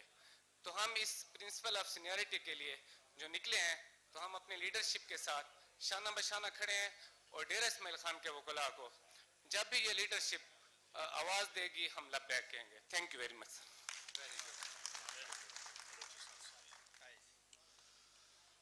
मेंबर पाकिस्तान बार कौंसिल जनाब एहसन बोन साहब यहाँ मौजूद हैं, उनकी आमद का शुक्रिया। वो इलेक्शन भी कंटेस्ट कर रहे हैं और हम यहाँ पे फंक्शन तमाम वकला की तरफ से कर रहे हैं। यहाँ पे सरदार लतीफ़ खोसा साहब वो भी सुप्रीम कोर्ट बार के उम्मीदवार हैं, वो भी हमारे दरमियान मौजूद हैं। इन दोनों कैंडिडेट्स की आमद का बहुत बहुत शुक्रिया। कोयटा सदर सिटी बार एसोसिएशन इकबाल कासी साहब हमारे दरमियान मौजूद हैं। अब मैं तकरीर के लिए दावत खिताब दूंगा जनाब बहलोल खटक साहब, सदर Peshawar high court bar association. एक और बात जिसके लिए मुझ पर बहुत ही दबाव है अपनी बार की तरफ से और मैं अपने कायदीन से कहूँगा कि आज एक करारदाद उसके बारे में मंजूर कर लें, वो है लॉयर प्रोटेक्शन एक्ट। क्योंकि हमारे भाई रोज़ाना मारे जा रहे हैं। कल भी नौशेरा में हमारे एक सीनियर वकील साहब शौकत अली साहब को उनके अहलिया के समेत ही कत्ल कर दिया गया है, शहीद कर दिया गया है। उससे 2 दिन पहले एक और भाई वकास को कत्ल किया गया है। कातिल मालूम हो या ना मालूम, टारगेट वकील इसलिए होता है कि लोग उसे प्राइम टारगेट समझते हैं कि वो ख़त्म तो बाद ही ख़त्म। तो मेरी ये अर्ज़ है कि काइंडली लॉयर प्रोटेक्शन एक्ट के लिए आज करारदाद मंजूर कर लें।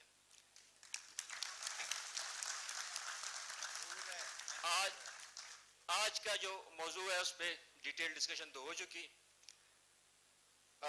आज की बात नहायत ही वाज़ेह है, बार और बेंच एक दूसरे के बगैर नहीं चल सकते, नामुकम्मल है। वकला की तारीख उन्हें यह हक देती है कि उनकी राय को अहमियत दी जाए और देनी होगी। मैं ये पूछूंगा कि कौन सा ऐसा शोबा है जिसके 112 मेंबर्स को सिर्फ इसलिए शहीद किया गया हो कि वो आईन और कानून की बालादस्ती की बात करते हो, जिसमें 67 वकला को एक ही दिन में क्वेटा में शहीद किया गया और 12 वकला को कराची में जिंदा जलाया गया क्योंकि वो आईन और कानून की बालादस्ती चाहते थे।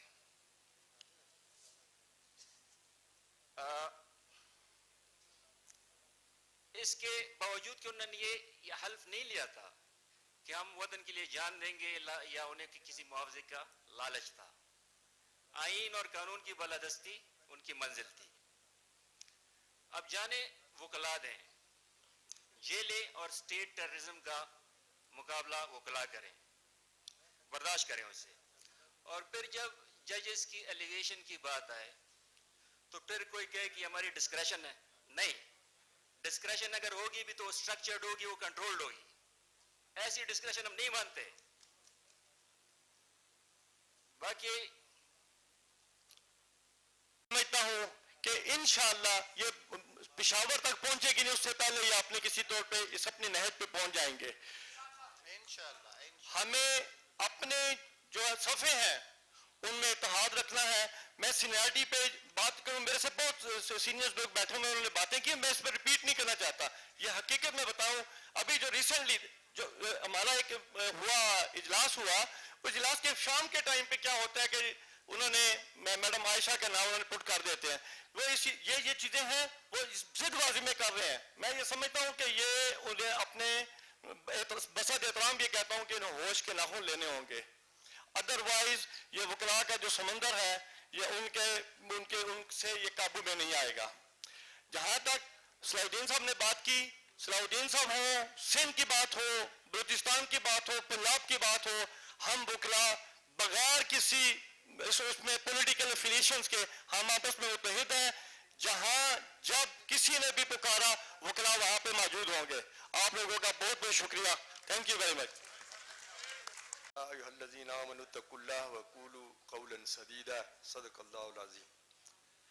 अल्लाह रब्बुल इज़्ज़त का फरमान है कि ईमान वालों अल्लाह का खौफ रखो और बात साफ सीधी कहो। साफ सीधी बात यह है कि चीफ साहब आप गलत कर रहे हैं।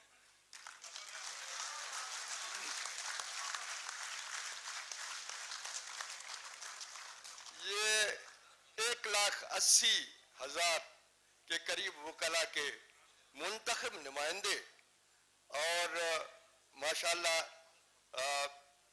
वकला के अंदर नाम पैदा करने वाले, बल्कि आपके असातिज़ा जो यहाँ मौजूद हैं उन सब की ये राय है कि आप गलत कर रहे हैं और आप ये ठीक नहीं कर रहे हैं और ये कानून और आइन की खिलाफ वर्जी हम आपको करने नहीं देंगे। ये जो हम कहते हैं कि जी आइन और कानून की बालादस्ती, आइन ये किस अहमियत की चीज है, कितनी अहमियत की हामिल है, इस सिलसिले में सिर्फ मुख्तसर अर्ज करूंगा। यहाँ हमारे मुल्क के अंदर मिस्र का चीफ जस्टिस जो बाद में अल अज़हर यूनिवर्सिटी का वाइस चांसलर भी था यहाँ आया और उसने यहाँ आकर कहा कि उम्मत मुस्लिमा के 3 मुकद्दस किताब है, 3 मुकद्दस दस्तावेजात हैं। एक कुरान पाक, दूसरी हदीस और तीसरे पाकिस्तान का आइन। ये कोई मामूली चीज नहीं है। पाकिस्तान का आइन 56 ममालिक के अंदर एक ऐसा मुनफरद दस्तावेज है जिसकी हिफाजत के लिए हम कुछ भी कर गुजरते हैं। और बदकिस्मती ये कि उस आइन की खिलाफ वर्जी वो शख्स करे, वो जुडिशल कमीशन करे जिसको सबसे ज्यादा उस आइन की हिफाजत का जिम्मा दिया गया है। तो फिर हम कहां जाएं, किसको कहें? हम ऐसा ही है कि इस जगह पर आ गए हैं, ये लोग कहां से पता नहीं किस जगह से फारिग लोग हैं। एक दिन निकालना हमारे लिए बड़ा मसला है। तो हम यहाँ जो पहुंचे हैं तो आप ये नोट रखें कि किसी बड़े काम के लिए आए और उस काम को किए बगैर हम बाज नहीं आएंगे। आखिरी बात मैं अर्ज करूंगा कि हज़रत उमर फारूक रज़ी अल्लाह तआला ने मुकर्रर किया था गवर्नर, फिर काजी भी उसको बनाया था हज़रत उमर रज़ी अल्लाह तआला ने। वो इंतकाल फरमा गए। वो बेचारे इतने सादे थे और मिसाली लोग थे कि जब वो अपने टेन्योर से वापस मदीना तशरीफ लाए तो एक लोटा उनके हाथ में था, एक लाठी थी, फटे हुए कपड़े थे। आपने उनसे पूछा कि क्या आपके पास कोई सवारी गधे की भी नहीं थी? कहने लगे जी नहीं, मैंने तो कभी गधे की सवारी के लिए कोई पैसे नहीं इकट्ठे किए। अच्छा, आपको वहां से किसी ने ये सवारी गधे की दी भी नहीं? कहने लगे जी उन्होंने भी नहीं दी। अब एक तरफ ये लोग थे तो आप वो जब इंतकाल फरमा गए तो कब्रिस्तान पर हज़रत उमर फारूक रज़ी अल्लाह तआला ने साथियों को कहा कि आप सब लोग दुआ मांगे, जो आपकी मर्जी है दुआ मांगे। मुख्तलिफ लोगों ने मुख्तलिफ किस्म की अपनी अपनी हाजतें जो थी अल्लाह रब्बुल इज़्ज़त मांगी। तो आपने ये दुआ मांगी कि या अल्लाह मुझे इस उम्मत मुस्लिमा के लिए उमर जैसे काजी और गवर्नर अता फरमा। अब हम यही दुआ करते हैं कि अल्लाह करे इस तरह के कोई काजी और उमर हमें गवर्नर मिल जाए, काजी मिल जाए, तो फिर इंशाल्लाह हमारे ये मुल्क जो हमारी इस उम्मत मुस्लिमा का मकसद है पूरी दुनिया फतह करेंगे और सारी दुनिया पर हुकूमत करेंगे। आखिर दावाना अल्हम्दुलिल्लाह। सबसे पहले मैं लाला लतीफ़ अफरीदी साहब को मुबारकबाद पेश करता हूं। जिस तरीके से उन्होंने बात कराची में की थी और आज वो बात पूरी करके इनको दिखाई, इसका मकसद ये है कि उन कुव्वतों को या उन लोगों को हम ये बताना चाहते हैं कि जी वकला सिर्फ बात नहीं करते, वो करके भी दिखाते हैं। जिसका एक मिसाल हम पहले जो हमारा एक तहरीक चला उससे वो मिसाल वो कायम हमने कर लिया कि जी हम जब भी निकलते हैं अपनी मुफाद के लिए नहीं, हम सारे आवाम के मुफाद के लिए और आइन के मुफाद के लिए हम निकलते हैं। दूसरी बात ये कि इस स्टेज की तवज्जुह से मैं उन कुव्वतों को ये पैगाम भी देना चाहता हूं कि वकला के नर्व्स को चेक ना करें। वकला का कुछ भी वो टास्क पे नहीं लगा, न वकला को ये गम है कि जी मेरी ये नौकरी चली जाएगी या मेरा ये ओहदा चले जाएगा। वकला जो है ऊपर अल्लाह नीचे जमीन कुछ भी नहीं। हम अगर निकले, नर्व्स पहले भी हमने आपको दिखाई है और अभी भी इंशाल्लाह हम आपको दिखाएंगे।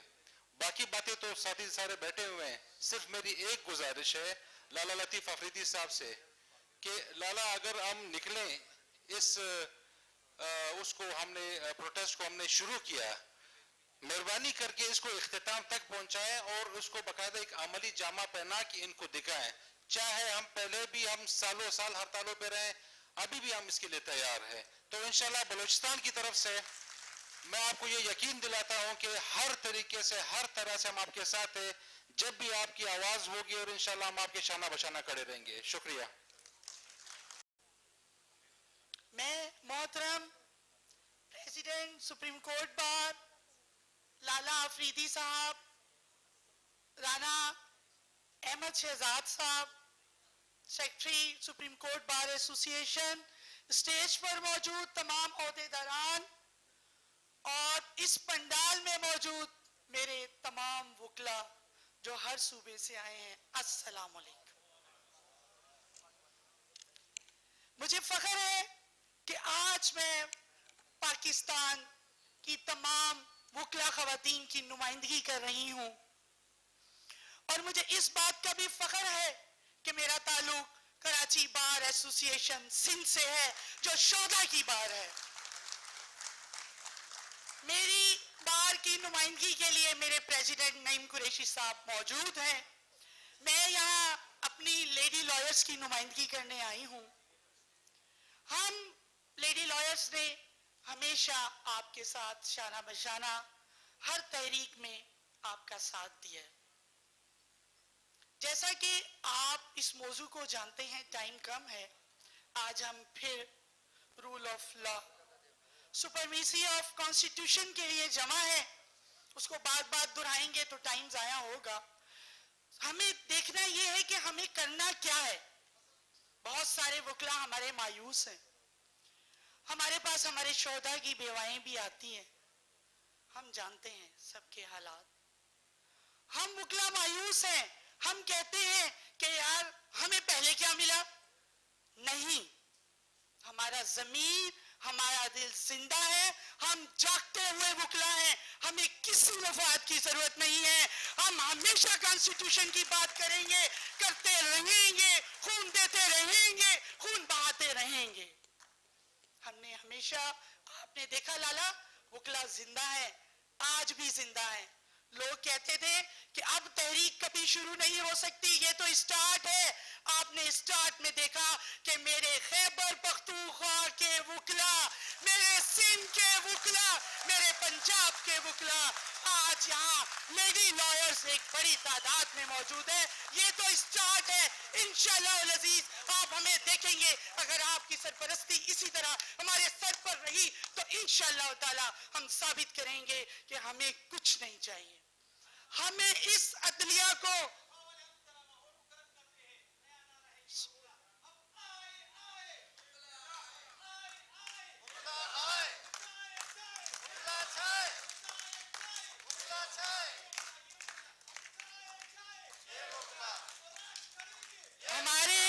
हमारे प्रेसिडेंट सलाउद्दीन अहमद साहब हाई कोर्ट बार एसोसिएशन लाला के साथ हर अव्वल दस्ते के रोल अदा करेंगे, हमारे साथ लेते हुए अपनी सरपरस्ती में। हम लाला आपको यकीन दिलाते हैं कि हम आज भी जिंदा हैं और जिंदा रहेंगे। आप अपनी सरपरस्ती रखिए। टाइम बहुत कम है, मैं नहीं चाहती कि मेरे इतने मोअज़्ज़िज़ मेहमान मौजूद हैं मौका ना मिले, लेकिन मैं आपको इस बात का, आज इतनी बड़ी तादाद में वकला का यहाँ जमा होना इस बात की गवाही करता है कि हम जिंदा हैं। और अली अहमद कुर्द साहब की ये बात कि हम बहुत खतरनाक हैं, आज हमने साबित कर दिया कि सुप्रीम कोर्ट को बंद करवा के कि हम बहुत खतरनाक हैं। मैं नेक्स्ट कन्वेंशन में आऊंगी तो हम बहुत खतरनाक हैं, तो एक नज़म लेकर आऊंगी। इंशाअल्लाह अज़ीज आप हमारी सरपरस्ती करें, इंशाअल्लाह हम फिर खून बहाएंगे। हमारा ज़मीर मुतमईन है, हमें यहाँ से कुछ नहीं चाहिए। हमें इस अदलिया के तकद्दुस को बहाल करना है। हम कराची कराची के वकला, हम सिंध के वकला, हम सवात के वकला, हम मेहरान के वकला, हम हर सूबे के वकला आपके साथ हैं। बहुत शुक्रिया सदर साहब, सेक्रेटरी साहब, आपने खवातीन की नुमाइंदगी की, मुझे यहाँ तक स्टेज दिया, बहुत आपकी शुक्रगुजार हूँ। Thank you so much. Khushdil Khan Sahab, हमारे पाकिस्तान बार काउंसिल के वाइस चेयरमैन, स्टेज पर बैठे हुए तमाम बार काउंसिल्स एसोसिएशंस के अहदेदारान, मेरे सामने इस हाल में बैठे हुए सीनियर वकला, मेरे नौजवान वकला और ख़वातीन, हमारी बहनें, सबको अस्सलाम वालेकुम। सबसे पहले तो मैं शुक्रगुजार हूँ खैबर पख्तूनख्वा के वकला का कि वो आज बहुत बड़ी तादाद में यहाँ पर मौजूद हैं। हम वकला का, खैबर पख्तूनख्वा के वकला फ़ख्र हैं और सिंध के हमारे वकला साहिबान काफ़ी तादाद में मौजूद हैं, मैं उनका भी शुक्रगुजार हूँ। उसके अलावा हमारे बलूचिस्तान से दोस्त आए हैं, पंजाब की भी नुमाइंदगी है, उन सब का शुक्रिया।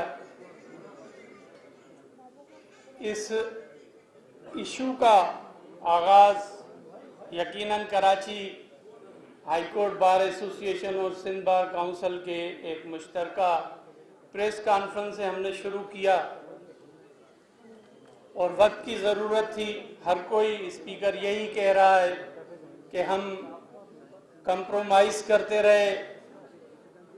मुनीब अख्तर की जब सिंध से एलिवेशन हुई आउट ऑफ टर्न तो कंप्रोमाइज़ किया। अब तो जो एक इस्तिलाह चली थी सिलेक्टेड हुकूमत की, अब सिलेक्टेड जुडिशरी की भी इस्तिलाह शुरू हो चुकी है। अब तो ये सिलेक्टेड ही सिलेक्ट करने इन्होंने अपने मखसूस मफादात के लिए, फिर उन सिलेक्टेड से, यहाँ अगर आप शाराए दस्तूर पर देखेंगे तो एक बहुत बड़ी कसीरुल मंजिला इमारत तामीर हुई है।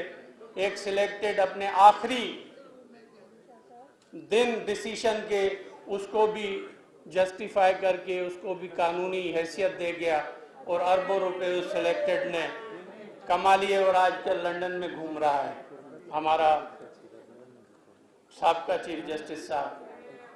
अब हम देख रहे हैं हमारे अब रिटायर हुए चीफ जस्टिस साहब ने 16,000 खानदानों के घर के चूल्हे बुझाकर वो आखिरी दिन चले गए कि उनको अपनी कोई नई नौकरी पक्की करनी थी शायद। बड़े अफसोस की बात है कि अब दोबारा आज जुडिशल कमीशन की मीटिंग होने वाली है 3 बजे, जिसके लिए हम सब इकट्ठे हुए हैं। अब उसके लिए भी आज एक नया सिलेक्ट करने की कोशिश की जा रही है कि वो सिलेक्टेड भी इनके आशीर्वाद से चले। पता नहीं कौन चला रहा है इनको। मुझे महसूस हो रहा है, आप वकील इस चीज के विटनेस हैं, 3 साल से वजीर आजम ने किसी वकीला के डेलीगेशन को नहीं बुलाया, लेकिन अब इन 3 दिनों में इनको याद आ गया कि सुप्रीम कोर्ट बार एसोसिएशन भी यहाँ पर मौजूद है, पाकिस्तान बार एसोसिएशन भी यहाँ पर मौजूद है। इनके नुमाइंदगान को बुलाएं और इनके साथ कंप्रोमाइज किया जाए, लेकिन लाला लतीफ आफरीदी कभी कंप्रोमाइज नहीं करेंगे। और हम पाकिस्तान के वकला लाला लतीफ के साथ हैं। आज मैं इनको अप्रिशिएट करता हूं, खिराज तहसीन पेश करता हूं। हम सिंध के वकला, हम पंजाब के वकला, हम बलोचिस्तान के वकला, हम खैबर पख्तूनख्वा के वकला इनको खराज तहसीन पेश करते हैं कि आज सुप्रीम कोर्ट बंद रही काफ़ी अरसे के बाद और मैं समझता हूँ इफ्तिखार चौधरी के टाइम पर भी ऐसे वाकयात होते थे, लेकिन आज सुप्रीम कोर्ट बंद है। लाला लतीफ आफरीदी इनकी कैबिनेट को इसका हम क्रेडिट जरूर देंगे। और लाला ने यह कहा था कि जब सुप्रीम कोर्ट बंद करनी है 9 तारीख पर, तो फिर मुझे केपी से लोग लाने पड़े, खैबर पख्तूनख्वा से लोग लाने पड़ेंगे। और आज ये क्योंकि ईमानदारी से बात की जाए, हम आपको सलूट करते हैं, खैबर पख्तूनख्वा के वकला को, आपकी बड़ी मेहरबानी।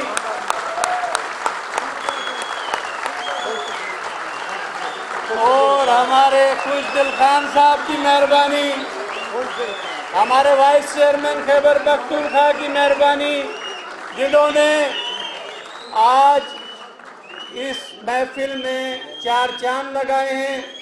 और हम समझते हैं कि ये वकला की जो तहरीक है वो असूल पर है। हम अपने वकला के लिए आपसे कुछ नहीं चाह रहे थे, हम तो आपके इंसाफ के लिए आप ही से इंसाफ मांग रहे हैं कि आप अपने जजेस को इंसाफ दें। हम वकला को इंसाफ आपसे नहीं चाहिए, लेकिन आप अपने जजेस के साथ तो चीफ जस्टिसों के साथ तो इंसाफ कर लें। सिंध का चीफ जस्टिस आपको 5 साल सीनियरिटी में बैठा हुआ है, पंजाब का चीफ जस्टिस सीनियरिटी में बैठा हुआ है, बलोचिस्तान का चीफ जस्टिस बैठा हुआ है, इस्लामाबाद का एक हमारा हीरो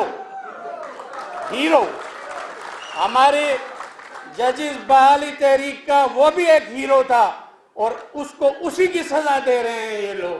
आज उसको एलिवेट नहीं कर रहे हैं, तो खुदारा अपने जजेस के साथ आप इंसाफ कर लें। हमें आपसे और कुछ नहीं चाहिए और तवक्का भी नहीं रखनी चाहिए आप लोगों से हमें।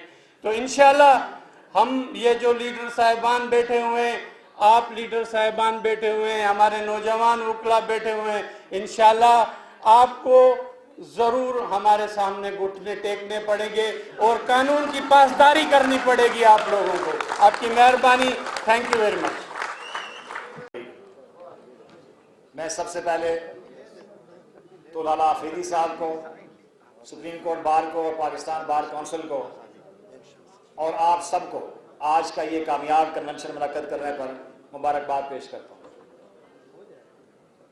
और एक यहाँ की एक होस्ट की हैसियत से आपका दिल की गहराइयों से शुक्रिया भी अदा करता हूँ कि बलोचिस्तान से, खैबर पख्तूनख्वा से, सिंध से, पंजाब से, मुख्तलिफ जगहों से आप लोग यहाँ पे तशरीफ लाए। आज हम इस बात का अहद करते हैं एक बार फिर कि पाकिस्तान भर के वकला आइन की हुक्मरानी के लिए, कानून की बालादस्ती के लिए और इंसाफ की फराहमी के लिए कराची से खैबर तक मुत्तहिद है। जहाँ तक ताल्लुक है आज के इस मौजू का कि सुपीरियर जुडिशरी में तैनातियाँ किस तरह की जाएं, और इस वक्त ज़्यादातर मौजू सुखन सुप्रीम कोर्ट में हाई कोर्ट से जजेस की तैनाती का है। लेकिन मैं समझता हूँ कि ये इशू अगरचे अपनी जगह एक अहम ज़रूर है, लेकिन इससे ज़्यादा अहम इशू ये है कि हाई कोर्ट में किस तरह एलिगेशंस होती हैं, क्योंकि ये सारी चीज़ का रूट काज वहाँ से होता है। सुप्रीम कोर्ट में तो 2-4 1-2 एलिगेशंस होती हैं, लेकिन पाकिस्तान के 5 हाई कोर्ट्स में जिस तरीके से 18वीं तरमीम के बाद ख़ास तौर पर, जिससे मैं तवक्को थी कि अब बेहतर एलिगेशंस होंगी, मयारी एलिगेशंस होंगी, लेकिन बदकिस्मती से 18वीं तरमीम के बाद जब ये इख्तियार जुडिशरी के पास गया तो हम देखते हैं कि आपको जजेस के दामाद, उनके बेटे, उनके भतीजे, उनके रिश्तेदार और उनके चैम्बर से एलिगेशंस की जाती है। अगर हम जब तक इस इशू को सही नहीं करेंगे, आपको ये दूसरा इशू जो है ये ठीक नहीं हो सकता। एक आदमी आपकी बार में बहुत सीनियर है, बहुत कॉम्पिटेंट है, बड़ा एक्सपीरियंस है उसका, बहुत काम किया हुआ है, लेकिन चूंकि उसके पास लॉबी नहीं है, उसके पास जजेस के क्लब में पहुंचने का कोई रास्ता नहीं है, कोई वसीला नहीं है, और उसके मुकाबले में एक दूसरा शख्स जो शायद उससे कमतर तजर्बे का भी हो, जूनियर भी हो, लेकिन उसके पास वो सारे वसाइल और रास्ते मौजूद हैं, तो वो अपना वहां एवेन्यू बनाएगा और वहां पहुंच जाएगा। तो अब वो जो काबिल आदमी जो पीछे रह गया था, उसकी अगर साल के बाद या 2 साल के बाद उसकी एलिवेशन होती है, तो उसका क्या कसूर है कि वहां उसको बाद में एलिवेट किया गया था। तो इसलिए ये सीनियरिटी का प्रिंसिपल देखने से पहले भी हमें इस बात को देखना होगा कि हाई कोर्ट की एलिवेशन जो है वो सही तरीके से की जाए, मेरिट पर की जाए, और वो वकला नुमाइंदों से मशावरत के साथ की जाए। दूसरी बात, जहां तक सुप्रीम कोर्ट में एलिवेशंस का ताल्लुक है, हम किसी अब माजी के बड़ा तख्त तजर्बा में है, हम किसी इंडिविजुअल का केस लड़ने के लिए और किसी जज का केस लड़ने के लिए अब तैयार नहीं है।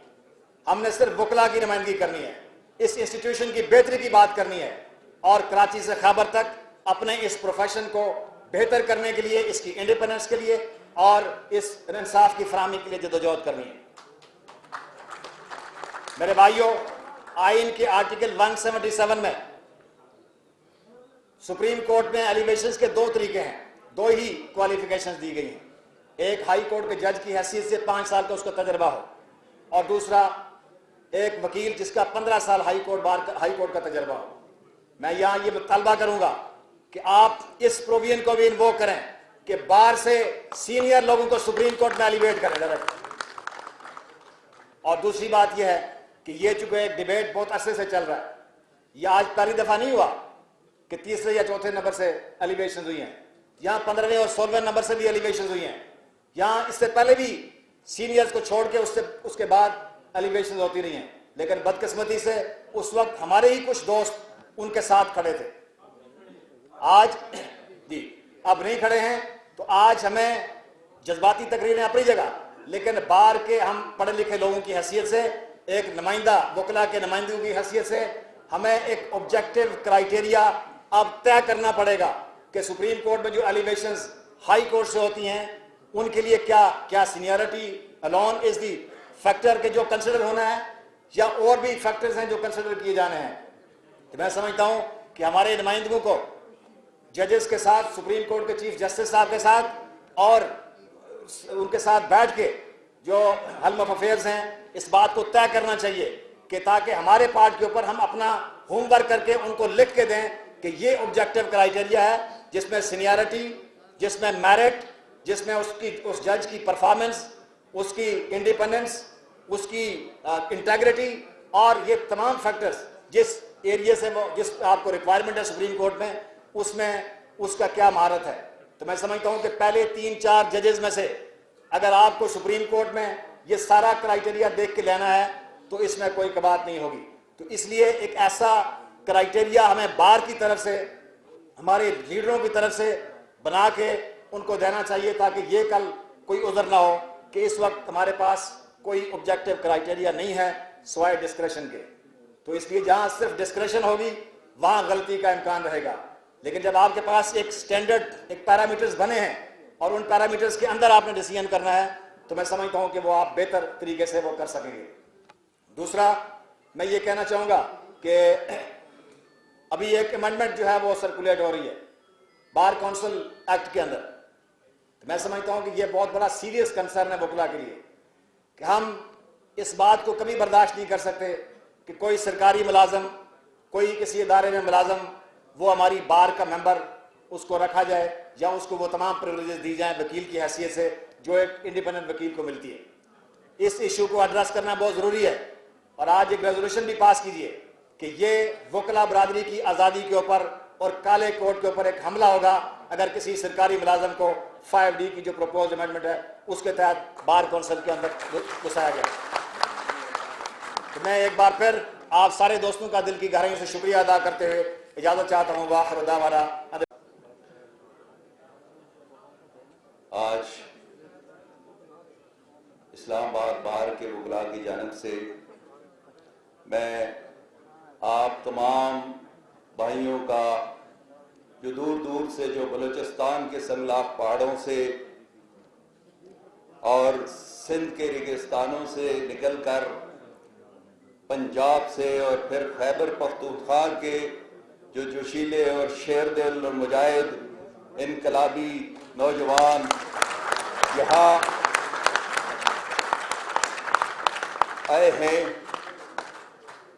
और इस खैबर पख्तूनख्वा के जोश और जज्बे को देखकर मैंने मुल्तान के अंदर भी एक बात की थी कि अगर जुडिशल सिस्टम के अंदर रिफॉर्म्स न की गई तो फिर ये लोग मजबूर हो जाएंगे तालिबान को आवाज देने के लिए।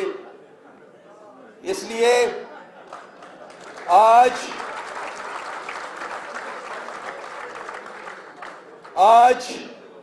पाकिस्तान भर के वकला जो पाकिस्तान के कैपिटल के अंदर और हुकूमत के ऐवानों के सामने शाराए दस्तूर पर जमा हुए हैं, उनका कोई जाती मनफियत नहीं है इसके अंदर। ये जो बलूचिस्तान से, सिंध से और दूर दराज इलाकों से जो लोग कल के आए हुए हैं, जो अपनी प्रोफेशनल मसरूफियात को छोड़कर आए हुए हैं, जो अपना टाइम सारा देकर आए हैं, क्या उनका कोई जाती मकसद है? ये एक जनरल कॉज के लिए आए हैं, ये एक नेशनल कॉज के लिए आए हैं। और ये शाराए दस्तूर पर आज जो जमा हुए हैं, ये उस दस्तूर की बालादस्ती के लिए जमा हुए हैं। जिस तरीके से 2007 में और 2008 में यहां जमा होते थे और उसी जोश और जज्बे के साथ आज ये यहां पर जमा हुए हैं। मैंने आज जब वहां वो नारे देखे, वो जोश और जज्बा देखा, तो मुझे वो 2007 वो याद आ गया, जब मई और जून की गर्मी में हम शाराए दस्तूर पर नारे लगाते थे और अदलिया बहाली के लिए हम जद्दोजहद कर रहे थे, हम रूल ऑफ लॉ की सुपरमेसी के लिए, हम कॉन्स्टिट्यूशनल की ओरिजिनल बहाली के लिए जद्दोजहद कर रहे थे।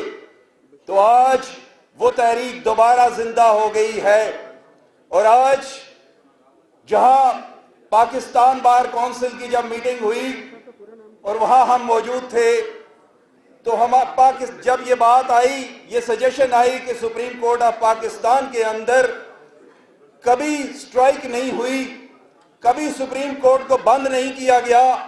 उस तहरीक के अंदर भी हमने देखा कि हम शाराए दस्तूर पर खड़े होते थे पूरा पूरा दिन, लेकिन अंदर बेंच अपना काम कर रहे होते थे और सुप्रीम कोर्ट में उस वक्त भी कभी स्ट्राइक नहीं हुई।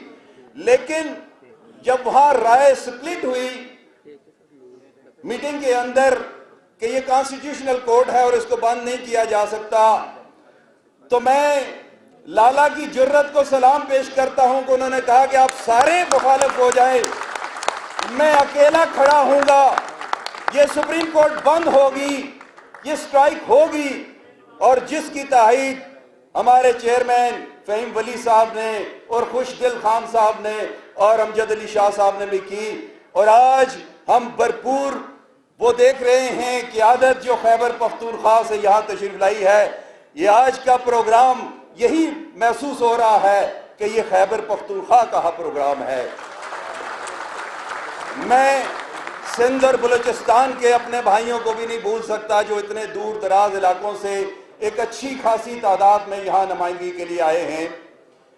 मैं उससे एक बात को यहाँ जो मुझे अभी बताया गया है कि आज सुप्रीम कोर्ट के अंदर बेंचेस में ऑल दो एडजर्नमेंट्स हो गई हैं और कोई case due to non prosecution dismiss नहीं हुआ, लेकिन जो एडजर्नमेंट्स हुई हैं वो विद कॉस्ट हुई हैं, तो हम इसको कंडेम करते हैं।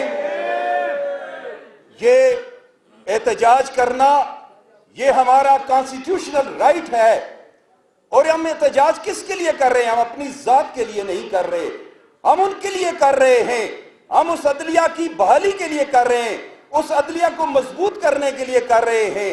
हम मेरिट की बात करते हैं और मैं हामिद खान साहब की बात को कोट करते हुए कि अगर मेरिट को सामने न रखा गया, अगर सिनेटी को वायलेट किया गया, तो पिछली तारीख याद रखें कि जहां भी सिनेटी को वायलेट किया गया तो वहां डिजास्टर हुआ।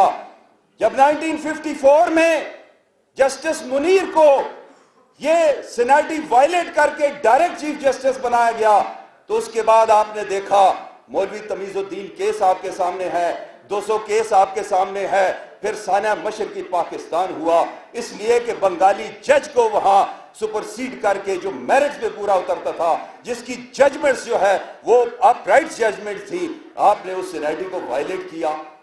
और उसके बाद फिर 70s के अंदर आप देखें कि जब सिनेटी को वायलेट किया गया तो उसका क्या नतीजा निकला कि उसके बाद फिर भुट्टो साहब को भी खमियाजा भुगतना पड़ा, फिर मोहतरमा बेनजीर भुट्टो साहिबा को भी वो उसका खमियाजा भुगतना पड़ा, ये हमने देखा। और अगर साहब सऊद जहान साहब उस वक्त वो रिजाइन कर जाते, वो एहतजाज करते, तो आज हमारी जुडिशरी मुख्तलिफ होती। आज सज्जाद अली शाह साहब जिन्होंने वो वाबुल खारी केस, जो अल जहाद ट्रस्ट केस का फैसला दिया, अगर वो अपनी सुप्रीम कोर्ट के उस जजमेंट को मान लेते और उसको ऑनर करते हुए वो स्टेप डाउन कर जाते, तो आज जुडिशरी मुख्तलिफ हालत में होती। लेकिन आपने देखा कि यहां जब भी किसी को नवाजा गया, खा वो 8वें नंबर वाला था, खा वो 24वें नंबर वाला था, खा वो 4 नंबर वाला था, लेकिन उसने डिजास्टर किया। लेकिन उससे पहले हमारे सामने हमारे पड़ोसी मुल्क की मिसाल मौजूद है कि 70s के राह में 73 और 77 में इंदिरा गांधी के खिलाफ जब फैसले आए तो उसको वो अदलिया पसंद ना आई, तो उसने क्या किया कि जूनियर जजेस को प्रमोट किया। लेकिन उसका क्या नतीजा निकला कि सीनियर जजेस ने भी, वो जूनियर्स ने भी वो रिजाइन कर दिया। तो इस तरीके से आज आप देखें कि वहां जुडिशरी अपने पांव पर खड़ी है और वो अदारे मजबूत है। तो हम इस जुडिशरी को मजबूत करने के लिए आज यहां इकट्ठे हुए हैं। हम मेरिट्स पे, सिनेटी पे जजेस लगाने के लिए आज यहां इकट्ठे हुए हैं। हम इस अदलिया को मजबूत करने के लिए यहां इकट्ठे हुए हैं। इसलिए हमारी ये सजेशन भी है कि एक तो ये है कि हमारे जो कंसर्न प्रोविंशियल बार काउंसिल्स हैं, पाकिस्तान बार काउंसिल है और हमारी बार एसोसिएशंस हैं, उनसे कंसल्टेशन नहीं की जाती। हमारी बार काउंसिल का नुमाइंदा जुडिशियल काउंसिल में मौजूद होता है, लेकिन उसके साथ कोई कंसल्टेशन नहीं की जाती सुपीरियर कोर्ट्स में जजेस की अपॉइंटमेंट के हवाले से। और अगर वहां मीनिंगफुल कंसल्टेशन हो तो इसमें बेहतरी आ सकती है। इसलिए वो हमारा जो मेंबर जुडिशियल कमीशन, जो हमारा बार का मेंबर है, जो जुडिशियल कमीशन के अंदर बैठा हुआ है, उसके साथ भी मीनिंगफुल कंसल्टेशन जो है वो की जाए। तो इस तरीके से सिनेटी को सामने रखते हुए सिनेटी को वायलेट ना किया जाए, और जो भी लॉ बनाया जाता है उस लॉ में भी जो मेन स्टेक होल्डर्स हैं, उस लॉ के लिए उसके वकुला को और बार एसोसिएशन और बार काउंसिल को एतमाद में लिया जाए, उसको कंसल्ट किया जाए। और अभी एक ये बात आई है और मुझे खदशा है कि कल जो बिल पेश हुआ है, ये मेरे सामने वो बिल मौजूद है जो रियाज फतेहाना साहब एमएनए ने पार्लियामेंट के अंदर कल पेश किया। ये मुझे इससे खदशा है कि ये जो सरकारी मुलाजिम वो भी एलिजिबल हो जाएंगे एलिवेशन के लिए हाई सुपीरियर जुडिशरी में। ये insertion of new section 5D act 35 of 1973, ये legal practitioner bar council act 1973 में अमेंडमेंट्स की जा रही हैं, और इसके लिए वो क्राइटेरिया रखा गया है। जी ठीक, मैं सिर्फ एक मिनट के लिए, जो क्राइटेरिया रखा गया है, मैं ये बिल पढ़ता नहीं हूं, मैं सिर्फ ये बताता हूं कि उसके अंदर वो सरकारी मुलाजिम जो लॉ ग्रेजुएट, तो हमारे सारे हमारे सुप्रीम कोर्ट के पीछे जितने भी रीडर हैं, जजेस के स्टेनो हैं, वो सारे लॉ ग्रेजुएट्स हैं। हमारे हाई कोर्ट्स के अंदर, सुप्रीम कोर्ट्स के अंदर, हमारी लॉ मिनिस्ट्री में जितने लोग बैठे हुए हैं, जो ब्यूरोक्रेट्स हैं, ब्यूरोक्रेसी में बैठे हुए सारे लॉ ग्रेजुएट्स हैं, और उनके पास वो बार काउंसिल्स के मेंबर्स भी हैं जो उन्होंने licence for the time being suspend कराए हुए हैं। उनकी एलिजिबिलिटी उनके उसी तरीके से वो समझी जाएगी। और जो जैक ब्रांच में बैठे हुए हैं, ख्वाह वो सूबेदार हैं, ख्वाह वो मेजर हैं या कैप्टन हैं, वो भी लॉ ग्रेजुएट हैं, तो इसलिए उनको भी इक्वल ट्रीट करके कल ये ना हो कि आपकी हाई कोर्ट में कोई जस्टिस जो है वो कोई सूबेदार बैठा हुआ हो, कोई कैप्टन बैठा हुआ, कोई मेजर बैठा हुआ हो। इसलिए अगर मैं पार्लियामेंट से भी ये रिक्वेस्ट करता हूं कि अपने कदम मजबूत करें, ये बिल इस तरीके से बगैर पढ़े हुए और बगैर डिबेट किए हुए है, इनको इस तरीके से पास मत कीजिएगा। लेकिन इनमें उनको भी, हम पार्लियामेंट को भी मजबूत करना चाहते हैं, हम देखना चाहते हैं। हम ये नहीं देखना चाहते कि हमारी ये जुडिशरी जिस तरीके से आज कमजोर है कि जिसको चीफ ऑफ आर्मी स्टाफ की एक्सटेंशन के लिए तलब किया गया, नोटिस किया गया कि ये कैसे हो सकता है कि चीफ ऑफ आर्मी स्टाफ को एक्सटेंशन दे दी जाए। कॉन्स्टिट्यूशन में तो कोई ऐसी प्रोविजन नहीं है, लॉ में तो कोई ऐसी प्रोविजन नहीं है, लेकिन उसके बाद 6 महीने की एक्सटेंशन दी गई। किस कानून के तहत? जब आप खुद कह रहे हैं कि कोई प्रोविजन नहीं है और फिर आप दे रहे हैं और बाकी पार्लियामेंट पे छोड़ रहे हैं। तो पार्लियामेंट ने कहा सत बिस्मिल्लाह जी आया नू, उन्होंने 3 साल की एक्सटेंशन दे दी। तो ये तो मेहरबानी है कि उन्होंने 3 साल ही मांगे थे, अगर वो ता हयात मांगते तो तब भी ये दे देते। तो ये वहां ये अपोजिशन, वहां जो ट्रेजरी बेंच है, ये सारे इकट्ठे हो गए और सब ने बढ़ बढ़कर अपनी वफादारी शो की और सब ने वोट दिए और इस तरीके से उस बिल को पास करा और एक्सटेंशन दी। तो इसलिए आज का ये इज्तिमा ये इस बात की गमाजी करता है कि हम वकला सारे इकट्ठे हैं। हमारे चूंकि ये वाहिद जमहूरी अदारा है जहां रेगुलर इलेक्शन होते हैं, हमारी उसमें ग्रुपिंग भी होती है, फॉर एंड अगेंस्ट हम इलेक्शन लड़ते हैं। लेकिन इस काज के लिए, सुपरमेसी ऑफ लॉ के लिए, जुडिशरी के लिए, कॉन्स्टिट्यूशन के लिए तमाम वकला मौजूद है।